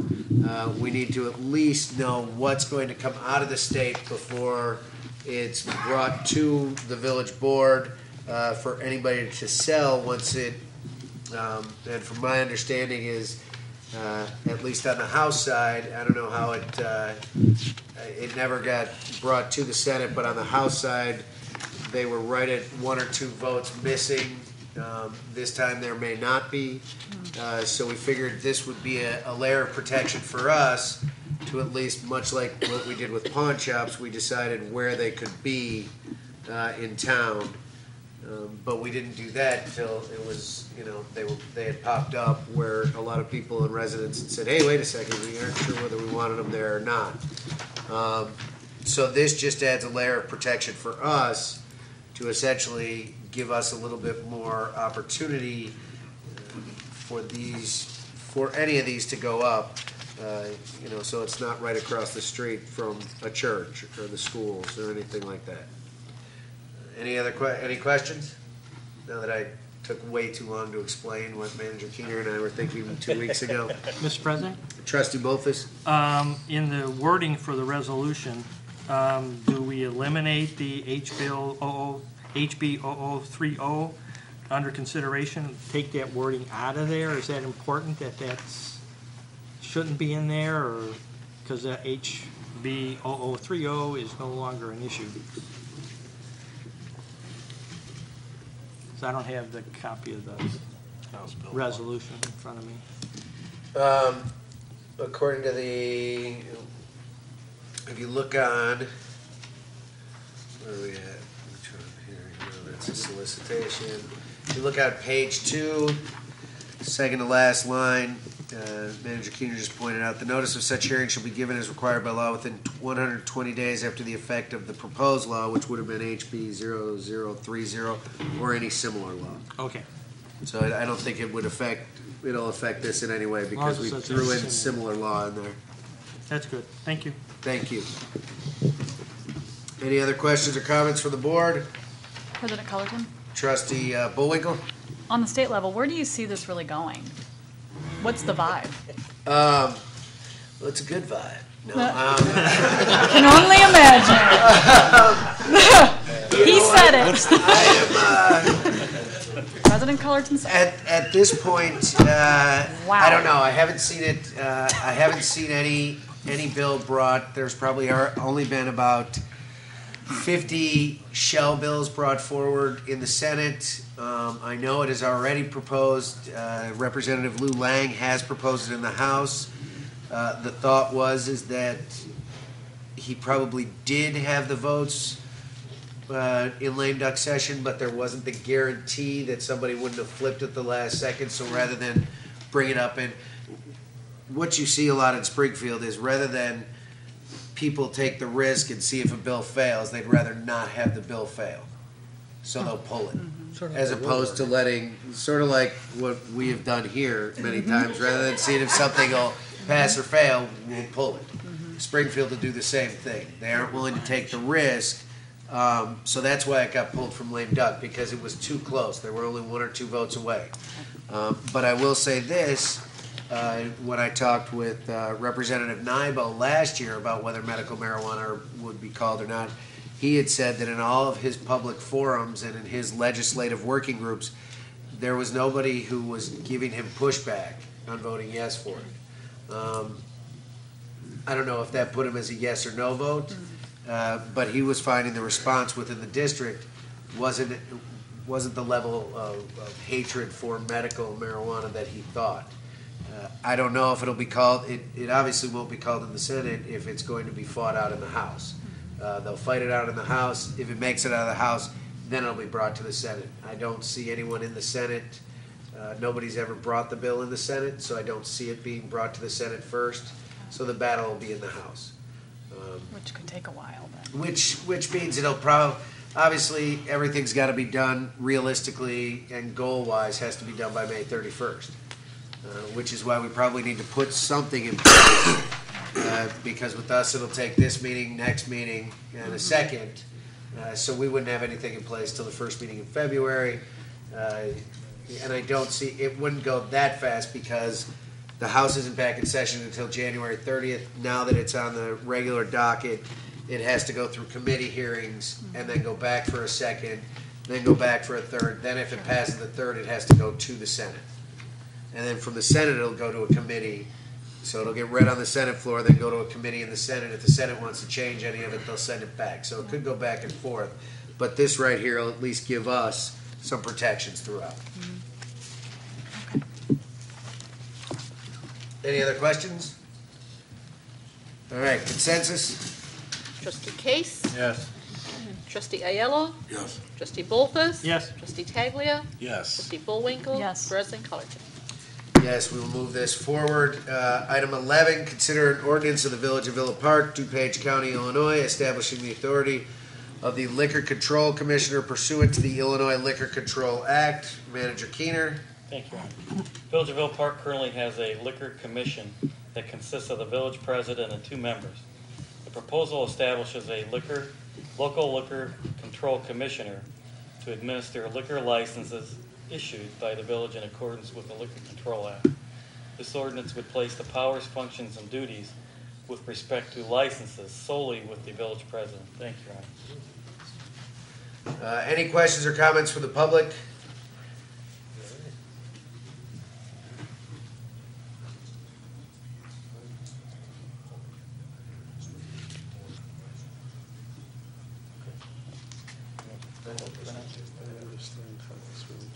This is only for disciplinary actions. Yeah, I thought this was only for disciplinary. You have actions. the sole I still authority. want, True. I still want this to go through the board for licenses. Licenses aren't going to change. The authority Because for here the, it says licenses. well, disciplinary actions, licenses, suspensions, With revocations, or respect to fines. disciplinary, Yeah, it's really just can disciplinary. we make sure that, all right. I'll look at it, but I wrote it, so I'm pretty sure that's all. Well, and the only reason I brought it forward was as a recommendation from Kathy going, you having a commission, you and the chief and the manager are the ones who catch the bars and dispense that. So to have a commission, the chief is the one who does all the stings. The manager's the one, and the chief are the ones who inform me when it happens. And the state of Illinois can come in on their own and do it at any time. I just want to make sure this doesn't say that the village president controls just giving out licenses. No, the number of licenses is set by the village board. Okay. The village president, though, still has the same authority to approve as liquor commissioner the issuance of a license if a license is available. Which we have already controlled when I was a councilman, when I was city council, with Doc Hensley and Trustee Vargas, that anytime there's a vacant license, We remove we it. immediately remove it. Yes. We handled that back in 2006. Who was around? You were around. 2006, something like that. And I know we did that, so that there are no open liquor licenses per village statute when a liquor license goes away. Okay. Now that I've clarified that. Any questions or comments Clear from the as mud. board? Mr. President. Trustee Taglia? So essentially what this does is eliminates the village president's ability to appoint 2 additional liquor control commissioners, which is up to the discretion of the village The president. village president can appoint anybody on the liquor commission. Or not. Or not. It can, the village president can appoint anybody to the liquor commission, and then it's up to, and then realistically, the village president works with the manager and the police chief So- on actions. As far as the board's concerned, the appointment of liquor commissioners by the liquor commissioner, the board has no say or control over. No. So, currently. So all this does is get rid of 2 extra commissioners. And worried about, like, 2 weeks ago, we had a commission meeting finding 4 businesses that got hit in a sting, and scheduling meetings where we could have just done the police, the president, and the business So, owner. just to clarify the situation, currently the village president, at his discretion, can appoint up to 2 additional liquor control commissioners.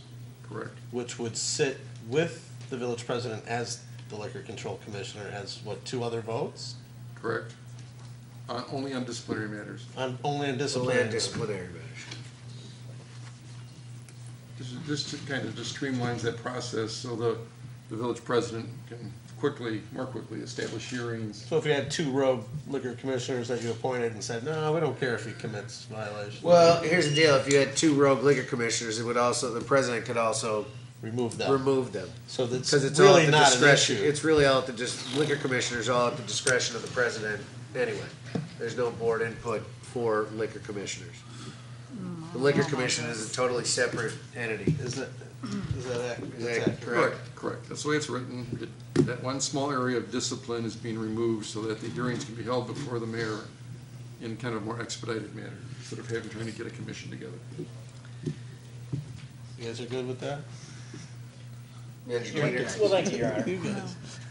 This proposal, I believe, what it does is streamlines our ability to react to a sting operation or somebody selling to an underage individual, because right now we have to check with Senator-elect Cullerton and then 2 other members and try to work through the scheduling along with the scheduling of a court reporter and our attorneys and our staff. So if we change this proposal, we'll just be working through the village president's schedule and mandating that the business become available at that time and hold the hearing with the court reporter and the police.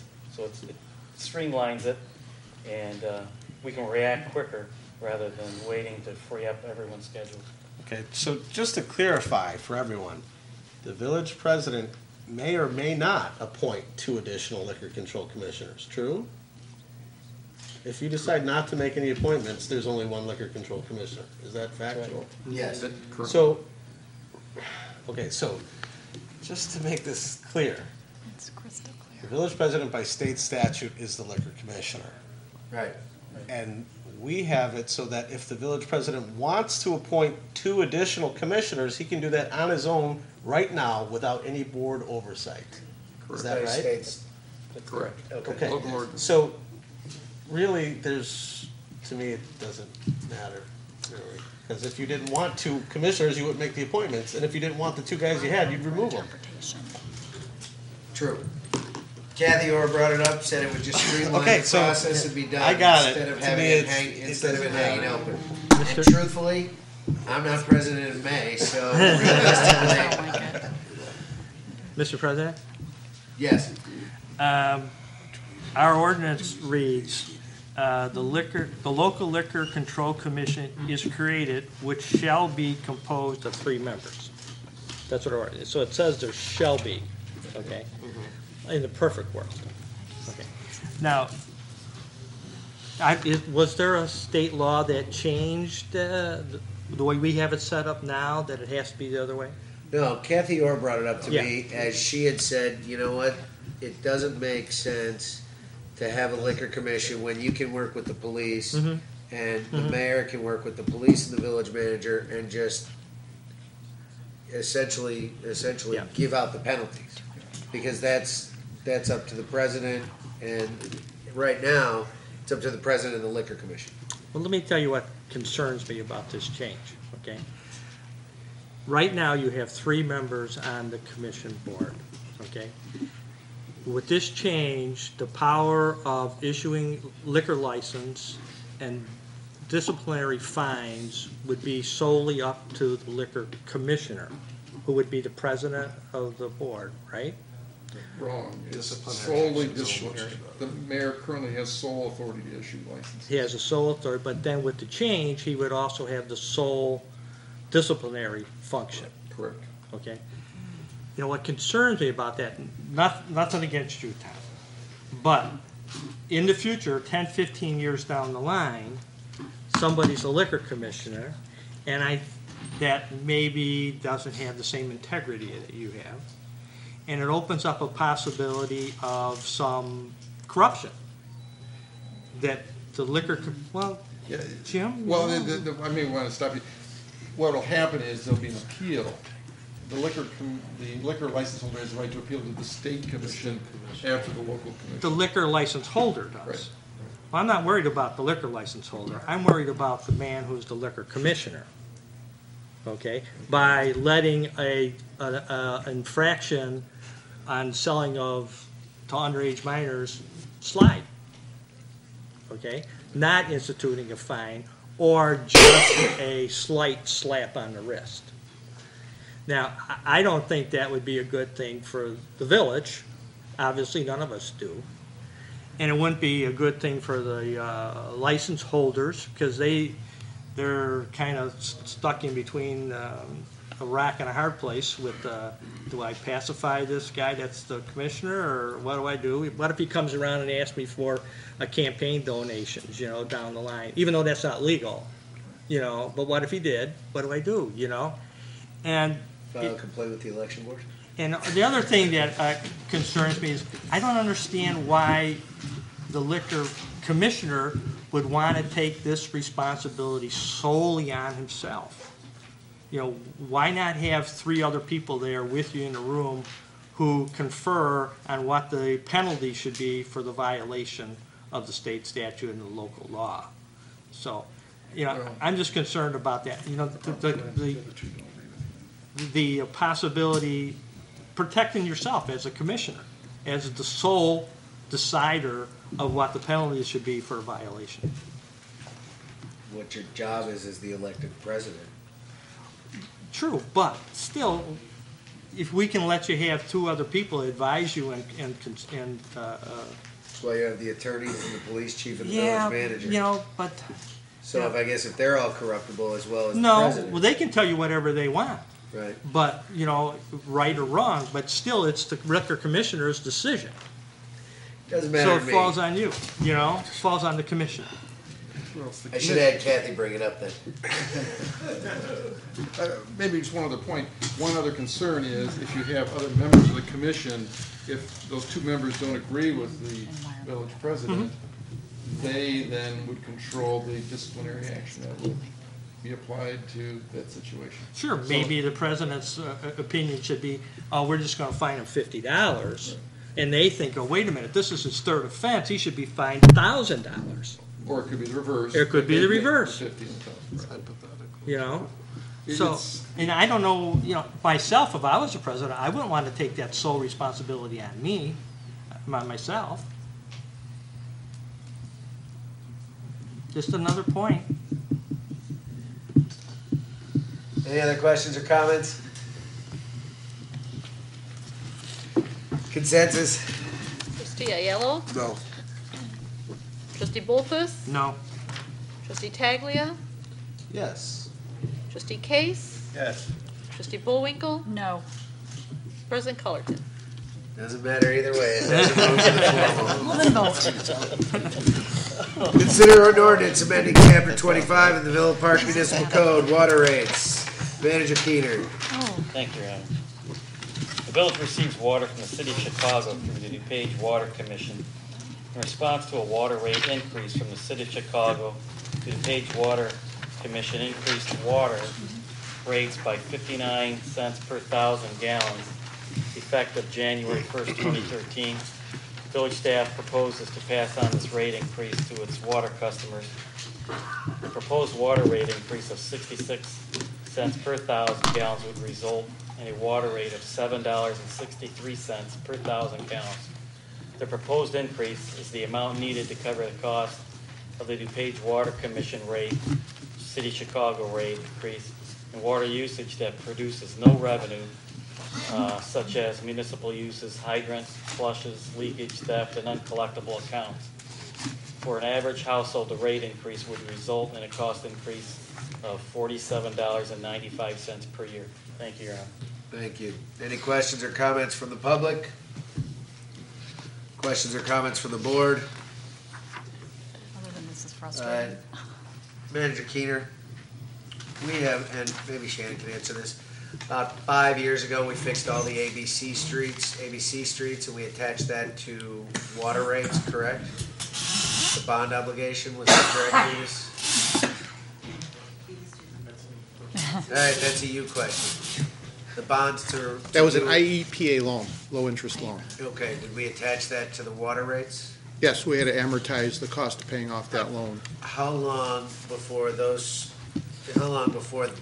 goes away? Another year and a half. So when that loan goes away, how much right now is on our water rates that's paying off those streets on the Well, north? it's about a $500,000 a year payment. Can you give me any type of ballpark what that costs on the water rate per household? Well, it's. Because it was the whole village paying for that area, correct? Right, Okay. But that's going away in a year and a half? right. Okay. All right.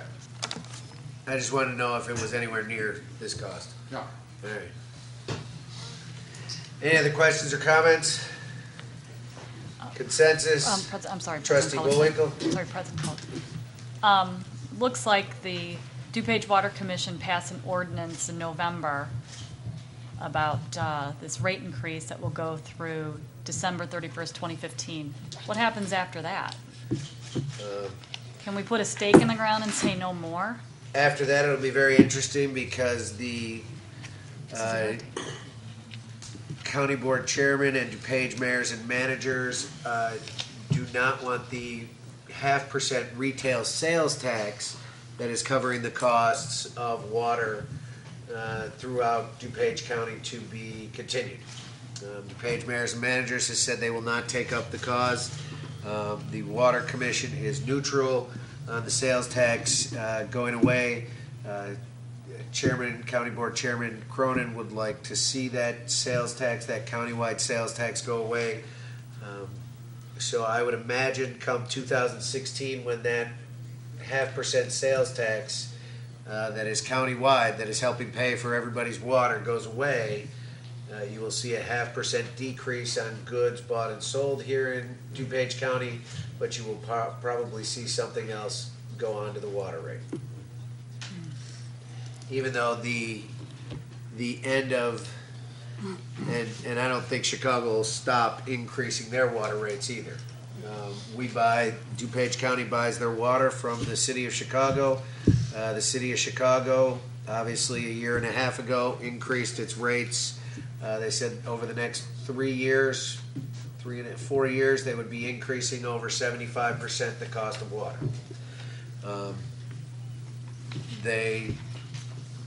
We have to pay, the Water Commission has to pay the water, so they are paying that, obviously. But once that sales tax goes away, you may see another increase in 16. You're going to see another increase next year once the city of Chicago bumps it up again. It will not be as large because the initial increase was the largest increase from the city of Chicago. That initial 30%, I believe, or 28% was the initial largest one. The rest are going to be 15. But they will get passed on to the DuPage Water Commission. The DuPage Water Commission will pass them on to local municipalities and so on. And then in 2016, when the tax sunsets, unless somebody can get DuPage mayors and managers to take it up, or the chairman to take up that he doesn't want it to expire, that'll expire and the rates will go up again. Maybe we need to rethink some things the way we do this. Okay. Sorry. Well, we have time. Just wanted to tell you the straight shot on it. We have time to think about some and things. that's gonna hit. Maybe come up with some other solutions, because this is ridiculous. Any other questions or comments? Mr. President, Trustee Aiello? is there any other source of water? You would have to ask Vetus. Vetus, do we have any other sources of water? We still have our existing deep wells that are on standby for emergency purposes only. So we would have to completely switch back over to the wells, but we would also have to get the water quality into compliance. I am not sure if the water in the deep wells would meet current water quality standards. Okay, thanks.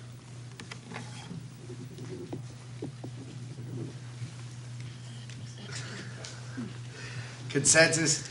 Trustee Aiello? Yes. Trustee Bulthuis? Yes. Trustee Taglia? Yes. Trustee Kase? Yes. Trustee Bullwinkle? Yes. President Cullerton?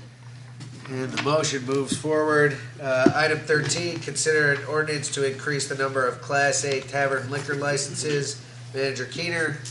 Thank you, Your Honor. Proprietor of Ultimate Lounge, Inc., located at 137 East North Avenue in Villa Park, would like to open a club-style lounge at this location. The owner has requested a Class A liquor license. Approval of this ordinance would increase the number of Class A liquor licenses from 1 to 2. The total number of liquor licenses allowed in the Village of Villa Park would increase from 49 to 50. Thank you, Your Honor. Thank you. And I know the owner of the Ultimate Lounge is here. We also have the police chief here to answer any questions about the location. Anyone from the public like to speak on this matter? Or if the board would like to ask questions of the owner? Yes, President Cullerton? Trustee Bullwinkle? Hi. Tell us a little bit about the lounge. What are you envisioning? Is it still part of Ultimate Cigar? Or? No, this is on the side. We're building the wall, so it's going to be separate. Got it, okay. So tell me a little bit more about the lounge. Like, what are you planning on doing with the lounge? Just only beer, wine, and stuff. You know. Got it, okay. It's not like, food or nothing involved with it. Okay, beer, wine, things like that? Yeah. Okay. All right. Okay. Just curious if it was in the same location, so you answered my question there. Okay. Thank you. President Cullerton, I just have one. Oh, you gotta give your name for the clerk. I'm sorry. Yes. Imad Misbah. That's my real Please name. spell that out. IMAD MOSBAH, last name. IMAD first, last MOSBAH. Okay, can you also sign that on the paper there? Sign what? Here? Say my name? Yeah, on the form there. There is Yeah, no I form. took it over. Oh, someone took it? Oh, I have a piece of paper. Oh, I'm sorry. for goodness sake. Is there a pen up there? or- Okay, I'll give it back. Mr. President? Trustee Bulthuis? No, Or just actually, if you could leave it right yeah, up if you could there. leave it Okay. there, actually. Trustee Bulthuis? Yeah, the paperwork I have here says that it was formerly Casa del Vino. Yes. Okay. That, I believe, Mr. President, Casa del Vino currently has a liquor license, a B license? Yes. And now is that number of B licenses going to be decreased? I think he also has a K license. And, like we said before with Trustee Vargas and Hensley, when we increased one like this, we would decrease what When one- he had. Right, When one goes away, it goes away. right. But the go away isn't part of this motion.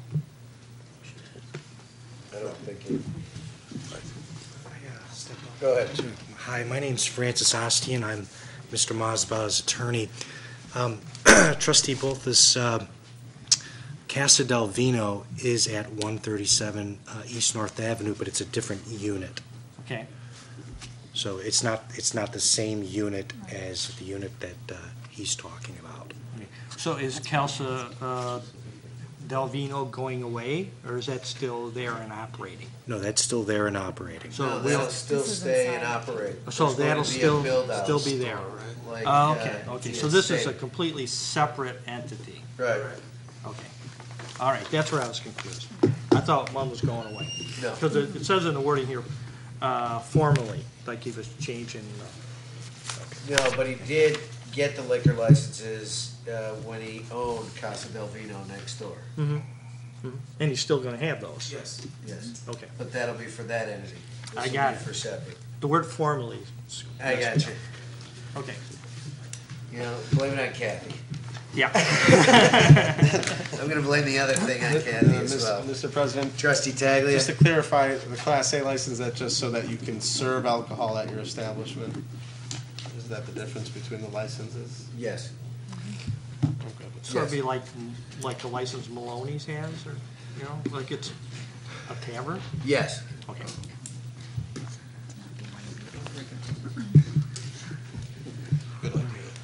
Consensus? Trustee Bulthuis? Yes. Trustee Taglia? Yes. Trustee Bullwinkle? Yes. Trustee Kase? Yes. Trustee Aiello? Yes. President Cullerton? And the motion will pass. That's a yes. Consider 14 item. Consider an ordinance authorizing the sale by public auction of personal property seized and fleet vehicles owned by the Village of Villa Park. You get to read them off. Manager Keenan. Thank you, Your Honor. We have a number of vehicles that we'd like to auction off as surplus property. Thank you for opening another new business in town. Appreciate it.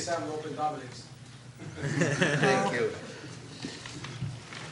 Thank you, Your Honor.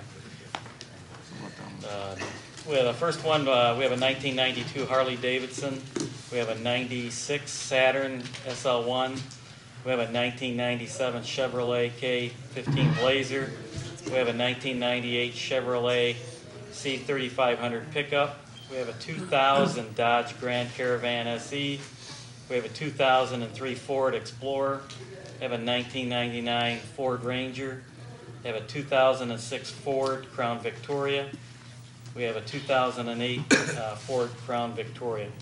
And again, we'd like to auction those off as surplus property, Your Honor.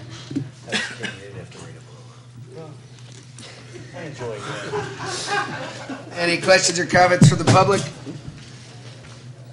Questions or comments from the board? Mr. President? Trustee Bulthuis? Internet auction? That's what this is? This will be through Obano? Yes, it is. Yes. If anybody wants to buy them, that's where you go. It's a Harley Davidson. Especially the Harley Davidson. That was the sign. Is the Harley in good shape? Beautiful. Harley's in great shape. Go online, buy the Harley. Obanoff Auction. OBENAUF. As soon as it's approved through here, it'll go up for auction to there. Any other questions or comments from the board? Manager Keener, sorry, President Cullerton. Yes, Trustee Bullwinkle. Manager Keener, the funds for, from the sale of these vehicles, Does it go into our vehicle replacement fund? Some will, yes, some will go back to either the DUI account or the Fed account, depending on where the vehicles came from. All right, that's good. At least it'll be earmarked and not buried in that famous corporate fund that we talked about. So, okay, sounds good. Thank you. Consensus? Trustee Taglia. Yes. Trustee Bullwinkle. Yes. Trustee Kase. Yes. Trustee Aiello. Yes. Trustee Bulthuis. Yes. President Cullerton. Motion will pass. Item 15, consider an ordinance granting conditional use for automobiles sales at 187 East North Avenue, M&L Imports. Petitioner, Andrew Keener. Thank you. Petitioner is requesting a continuation of a conditional use for automobile sales at 187 East North Avenue that was granted by ordinance 3587 on January 26, 2010. This is the former location of Playsets Outdoor Furniture just west of Strat's Restaurant. The property is zoned C3 Service Business District and automobile sales are a conditional use. The petitioner proposes no changes to how they have operated over the last 3 years. And Your Honor, we do have Director Brill present this evening if there are any questions. I know we also have the petitioners as well. Oh, yeah, Lord. Any questions or comments from the public? I have a question. How's business been? Could always be better? Okay. Always could be better. Any issues or complaints going on over there? We have no complaints recently. I know when it first You have to opened. come to the, please. Gosh, Patrick. I understand when this business first opened that there was some issues related to where the cars were being parked. That issue has been rectified, and there have been no complaints or notices issued probably over there for the last almost 2 years. So at the beginning, there were a couple bumps, but now we're all smoothed out and everything's going well? Yep.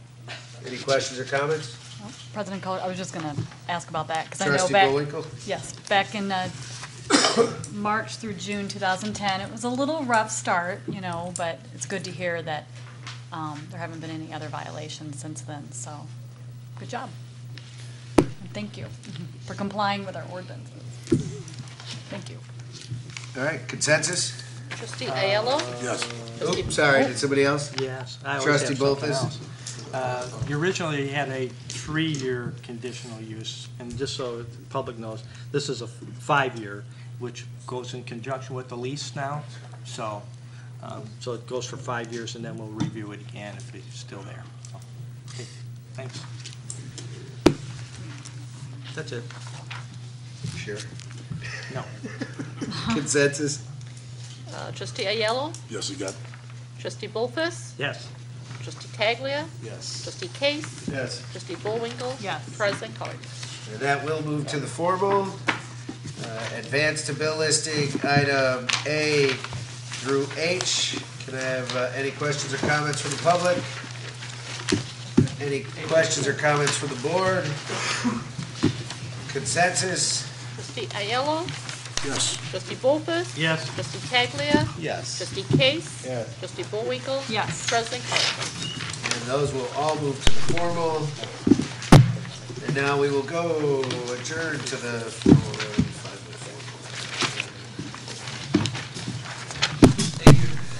Thank you.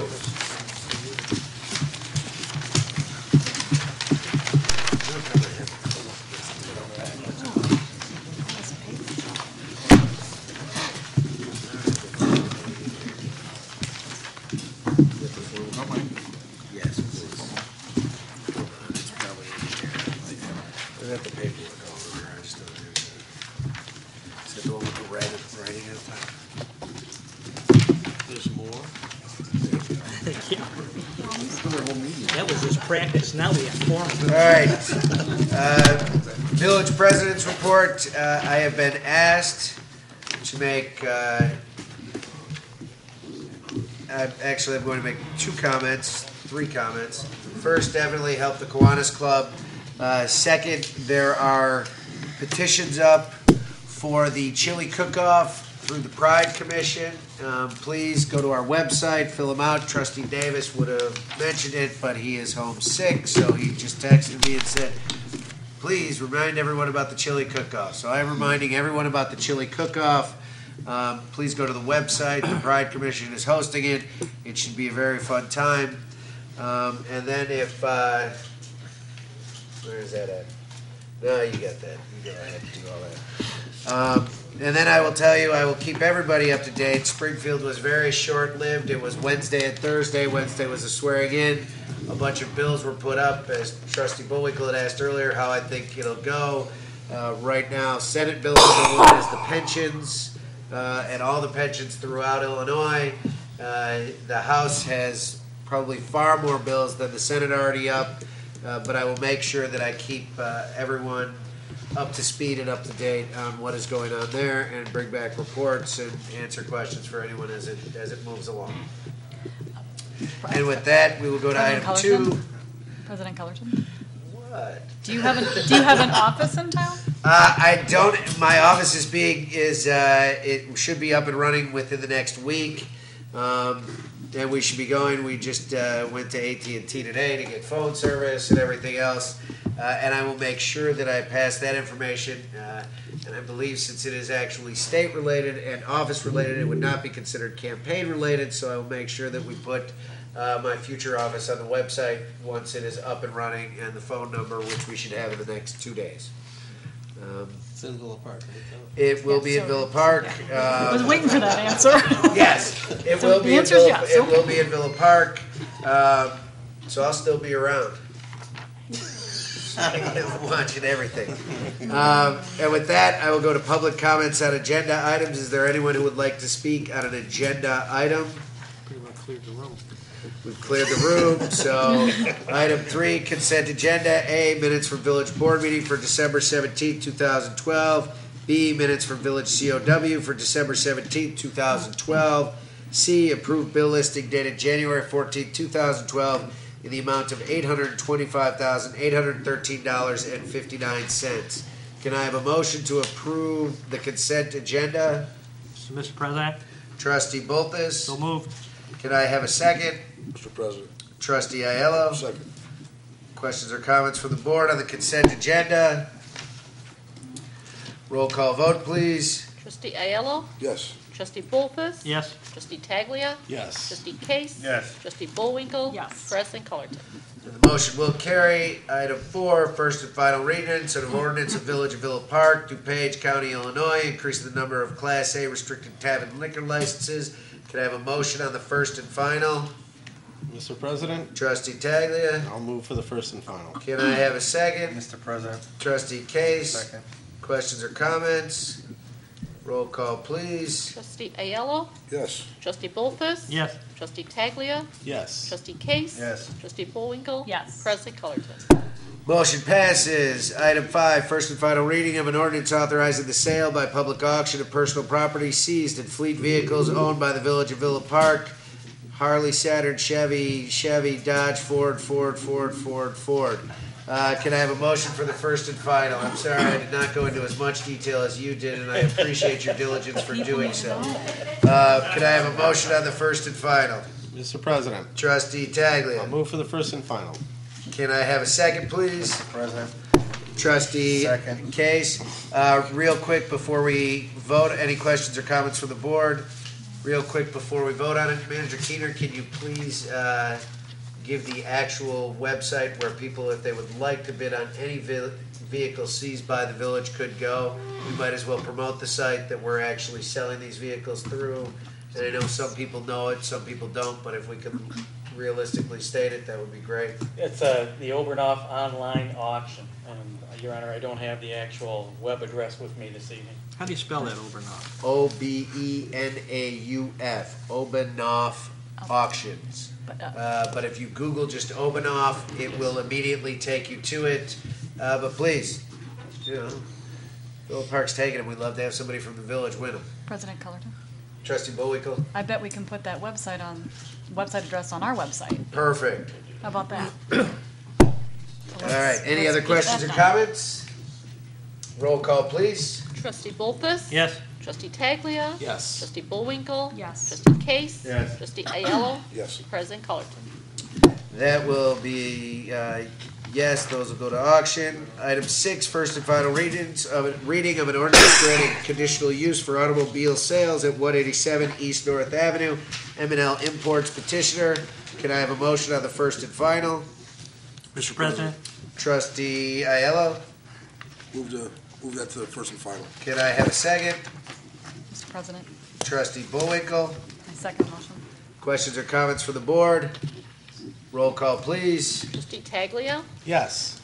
Trustee Bullwinkle. Yes. Trustee Kase. Yes. Trustee Aiello. Yes. Trustee Bulthuis. Yes. President Cullerton. And that is a first and final approval. Item 7 did not pass. On to the agenda.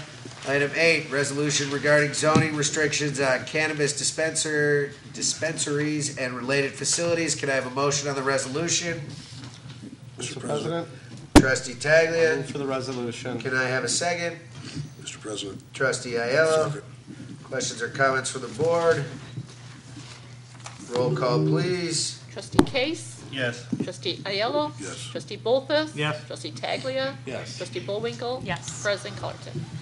And that motion passes. By the way, Trustee Davis just texted me. It's OBENAUFAUCTIONSONLINE.com. Like you, I Trustee said, Davis. put that on the village website. All right, item 9, village clerk's report. Clerk Koronecki. No report tonight. Item 10, unfinished business. Item 11, new business. Item 12, village manager's report. Manager Keener. Thank you, Your Honor. I'm going to keep it short through the hour. There will be a Boy Scout Troop 234 pancake breakfast and auction Saturday, January 26th from 7:30 to 11. And that is going to be at the Cavalry United Methodist Church at 136 East Highland Avenue. Again, Saturday, January 26th, 7:30 to 11 a.m. Pancake breakfast by the Boy Scout Troop 234. I just want to bring the board and the residents up to speed on our e-waste collections from September through December. We're going to receive a credit of $920.43. So that program is working very, very well. I think if you drive by home, there's always TVs or computers, fax machines. We even put up a couple of containers for defective Christmas lights. So doing an outstanding job. For the month of December, for the month of September, our recycling collection rose. Our yard waste dropped a little bit, the tonnage carried away. And so very good. Glad to see the numbers increasing. Metra has passed a new budget for their fiscal year. Their budget, just so everyone understands, is $713 million. Their budget calls for spending $146 million on infrastructure next year. Just a quick legislative update. Because of the lame duck session, not a lot of items were tackled, but still looking forward to the pension reform. Wireless 911 surcharges will be taken up again. Local government tax fund transfers. We need to save our money for the local governments, and no offense, Senator, keep it away from the state. We need our money. Prevailing wage requirements is going to come up again. Talked about medical marijuana, that's going to be addressed. Even satellite tax is going to be addressed again, and cable franchise fees. So lots of interesting topics going to be addressed in the next few months probably. So with that, Your Honor, I pass. With that, village attorney. No report. Village trustee, Trustee Bullwinkle. Thank you. Have a few things tonight, make it quick. Manager Keener, looking for some updates, really quick. What's going on with North Park Mall and also Aldi? There's some things happening with Aldi as well, so we can talk about those two items on North Avenue. Your Honor, I would like to turn it over to Director Yee. Okay. In regards to North Park Mall, Hilco Real Estate is the real estate consultant that's handling that foreclosure auction on behalf of the bank trustee. And the original auction date for a stalking horse bidder was January 11th. That was extended to January 18th. So how this works is there's at least been 3 bidders. There may be more, but 3 that have approached me. All 3 that have approached me are people who are known to me. Some of them I had actually referred to let them know that this property was available. And so they will submit best and final offers on the 18th. From that, they will submit not necessarily the highest priced offer, but the strongest offer. That becomes the stalking horse. Okay. So once the stalking horse bidder is established, then the other bidders now have the option to better their offer and beat the stalking horse. And then the stalking horse can come back and make a final bid and buy the property. So the stalking horse gets the final and best. So they are looking for an April close on the property is how that works. So everybody's done their due diligence and they are in the process of making their offers. Could be pretty interesting. That's a It hot could piece be of property interesting. there. So these are all, because there are no national or regional tenants here, all the tenants that are in North Park Mall are local tenants. Some of them, it's their only location. Others, there's like the Villa Park Fruit Market. They have a couple of other stores. Hobo has, I think, 4 other locations, and some of the, I think the pet store has multiple locations. But the rest, the furniture store is it's their only location. They recently closed their other location that was up north, and so really everybody's looking. All of these bidders are long-term holders who are going to look to add value to the property, and it's a long-term play because the leases that are in place, the tenants that are in place, have long leases. A lot of them have very long leases, 20, 30 years out. So the time to add value, it's not going to happen overnight, but all of them are looking to do a new facade, and when they finalize the bid, those people will come in, the new owners will come in and be introduced to the board at that time. I presume they're probably aware of plans that we hope to execute on North Avenue in terms of redevelopment. They understand there's a TIF area. They are also looking possibly for some assistance once they establish a game plan of how to redevelop that space. And so, everybody has a different plan of what they might do, and it all depends on how the market is also. This is going to be interesting to watch. It's going to be a great thing. It's a big deal. I've spent a lot of time meeting with many of the prospective buyers, some of them multiple times. Real quick, just to follow up on that, just to add on, do the outlots include North Park Mall, White Castle? The White Castle and the bank, I believe that the bank is on a ground lease as well as the White Castle. There had also been, as you know, a restaurant, the Denny's, which has been demolished some time ago. And I think the new owners would also be looking at putting additional outlots. So those outlots are part of the whole North Park. They are part of foreclosure. They aren't separate individually. They are owned not entities separate. by White Castle. They are either leases or ground leases. Okay. Yeah.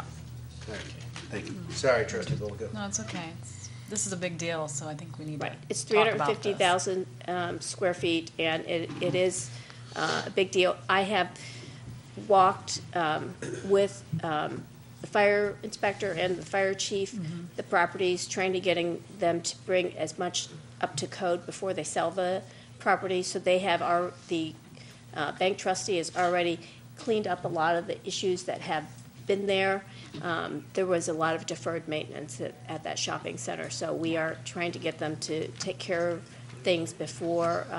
It will require a lot of capital. Whoever buys it, that roof will require lots of money to to fix flat top roofs that span 350 square feet. It's a big number so. Well, they see the potential. Right. Yes. There's a lot of potential, and all three bidders that are known to me are good local developers. Very good. Very exciting. We'll watch that very closely. And then Aldi. What's going on at Aldi? The Aldi is really just a sign facade, right? Sign and facade. Just a. And facade. The building Just itself? right at the opening. Oh, great. Right. Okay. And that's all. Very good. Okay. Exciting. I saw some activity out there, so I thought I'd ask. Okay. Manager Keener? Yes. Can you just give an update really quick on, in regards to the CSOs, or how their collaboration with community development has been going, and just kind of what the status is there with their activity? And Yes, actually I can. The CSOs and code enforcement are working very well together. In fact, on a regular basis, I believe they're going up to North Avenue at 325 and using the computer system there to take care of any issues. In fact, Director Grilly, would you like to add anything? Well, I've been working with Mike Lay to try to figure out how we can best utilize the talents of the CSOs and the code enforcement officers to increase productivity. how many CSOs in code enforcer do we have total? 6. 6? Okay. Yes. All right. But I do know that we are losing at least one CSO fairly soon. And I'm going to need to work with the deputy chief to figure out if responsibilities or areas of responsibility will change. Okay. And how best to effectuate that. So they're out there busy doing their thing, writing tickets, whatever it is that they're up to. Correct. 'Cause I've had a number of residents mention that they've noticed some improvements here and there. It takes a lot of time. They're not perfect yet, if ever, That's but true. at least it seems like, based on some feedback I've received, that some good things are starting to happen. It just takes so much time to move that rock, but once you start moving it, We just want to keep moving it in that direction. Yeah. And of course, each experience or each situation is different. You have to, take it by case basis sometimes, whatever the situation is. But it's good to have that visibility out there. So, okay. Trustee Beeble, we're also doing, we just did a test for the code enforcement folks of having tablets in the field, which would improve their productivity by keeping them in the field so they would not have to make trips back to the office as nearly as they probably have in the past. So we're still testing that out, which would be, they would be wireless throughout the village using probably a piece of our software to communicate with their server and their computer in their office to be able to do the tickets, enter data into our town, and to move forward that way. So be very efficient. That'll be good. And also, I know they have their checklist and they're out there, they know where they're going, what they have to do at the moment, but if they drive by and they see a blatant violation, do they address it then too? If they see a car parked on the lawn or lawn up to your hip or something like that, do they? Are they doing that more and more now? I've asked them to try to be cognizant of their surroundings as they drive around, and if they do see something, to note it, not to say to themselves, "I'll get back to it later," to do it right then. But it's a culture change, Sure. and we are working on it. Yeah. Okay, that's good. As long as it's on the radar. So okay, thank you for that. Manager Keener, what's the status of the VFW in terms of the remodel and when all that's going to be done? And That's a very good question. All that good stuff. Staff has been working diligently with the representatives of the VFW, and I believe it's not too long where it's going to be open, but possibly Chief Rakosnik, if you'd like to talk maybe a little bit about some meetings with Denny and what I've done on a weekly basis, I've asked Chief Rakosnik to touch base with Denny to determine if Denny needs any assistance or if he needs any additional assistance from Public Works in the form of inspections or further documents or anything to smooth the bumps out in the road. So Chief Rakosnik's been meeting with Denny once a week going through the building with him and offering suggestions. It's funny you should ask. I stopped there today and talked to Denny around 3 o'clock. He hopes to have the VFW finished in about 4 weeks. But I meet with him once a week if I can catch him. I can't always catch him, but it's moving along really nice. It's a beautiful place. It looks really nice. The first floor is completed. They're down in the gun range now working on that, and that's taking some time. But it looks really good, and it's taking some time, but he's doing it right. If you drive by, look at the back, he's got a massive ventilation system back there. I don't know what he's doing in there, but it's massive. And he was showing it to me today, and it's like, holy crap, he's got all kinds of ventilation, return air and incoming air and outgoing air, and but he's doing a fantastic job. It's just taking some time. I happened to stop by right before Thanksgiving, and it was amazing what had already been done up to that point. You know, the whole first looked floor nice. is done. It's really nice. He did a nice job. And, okay. it's unfortunate what happened, but Pretty it's exciting. It's looking really good. Yeah. It really is. Sorry under the circumstances what brought us to this remodel, but I'm glad that Something good came out of something bad. And for people to know, you can rent out. The first floor is open. The main floor is open. So if you're It looking looks for nice. a place to put a banquet, they're already open, correct? Yeah, Trustee Taglia? That is It looks really nice, and It does. they did a nice job. They really did. So, very, very nice. we'll keep you posted. Yes, thank you.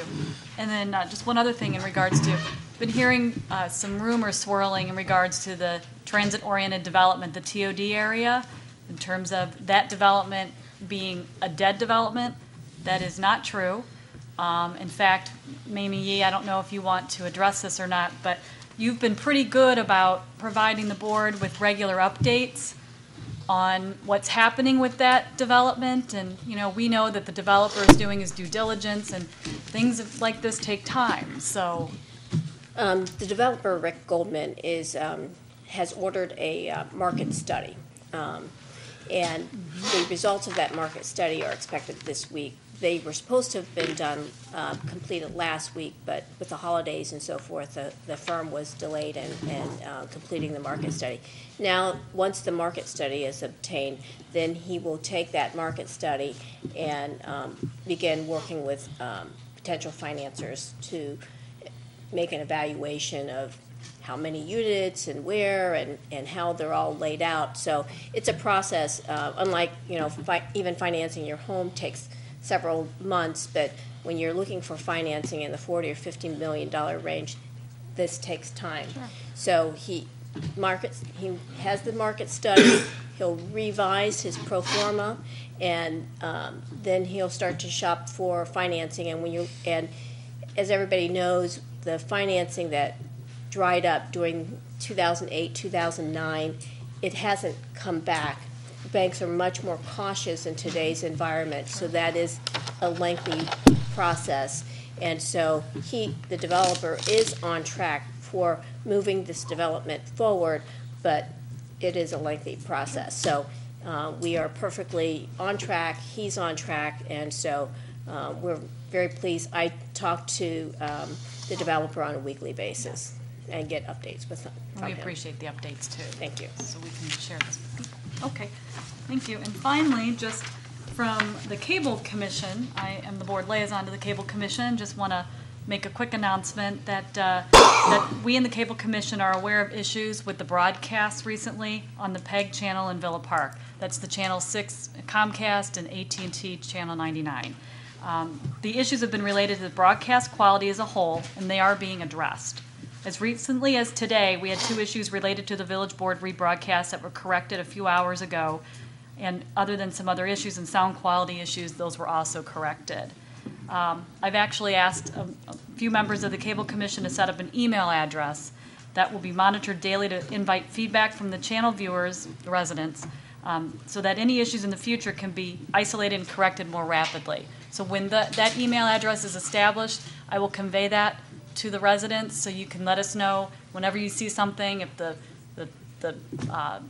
site goes down or the audio goes bad or it's fuzzy or whatever the case may be, you can let us know about that.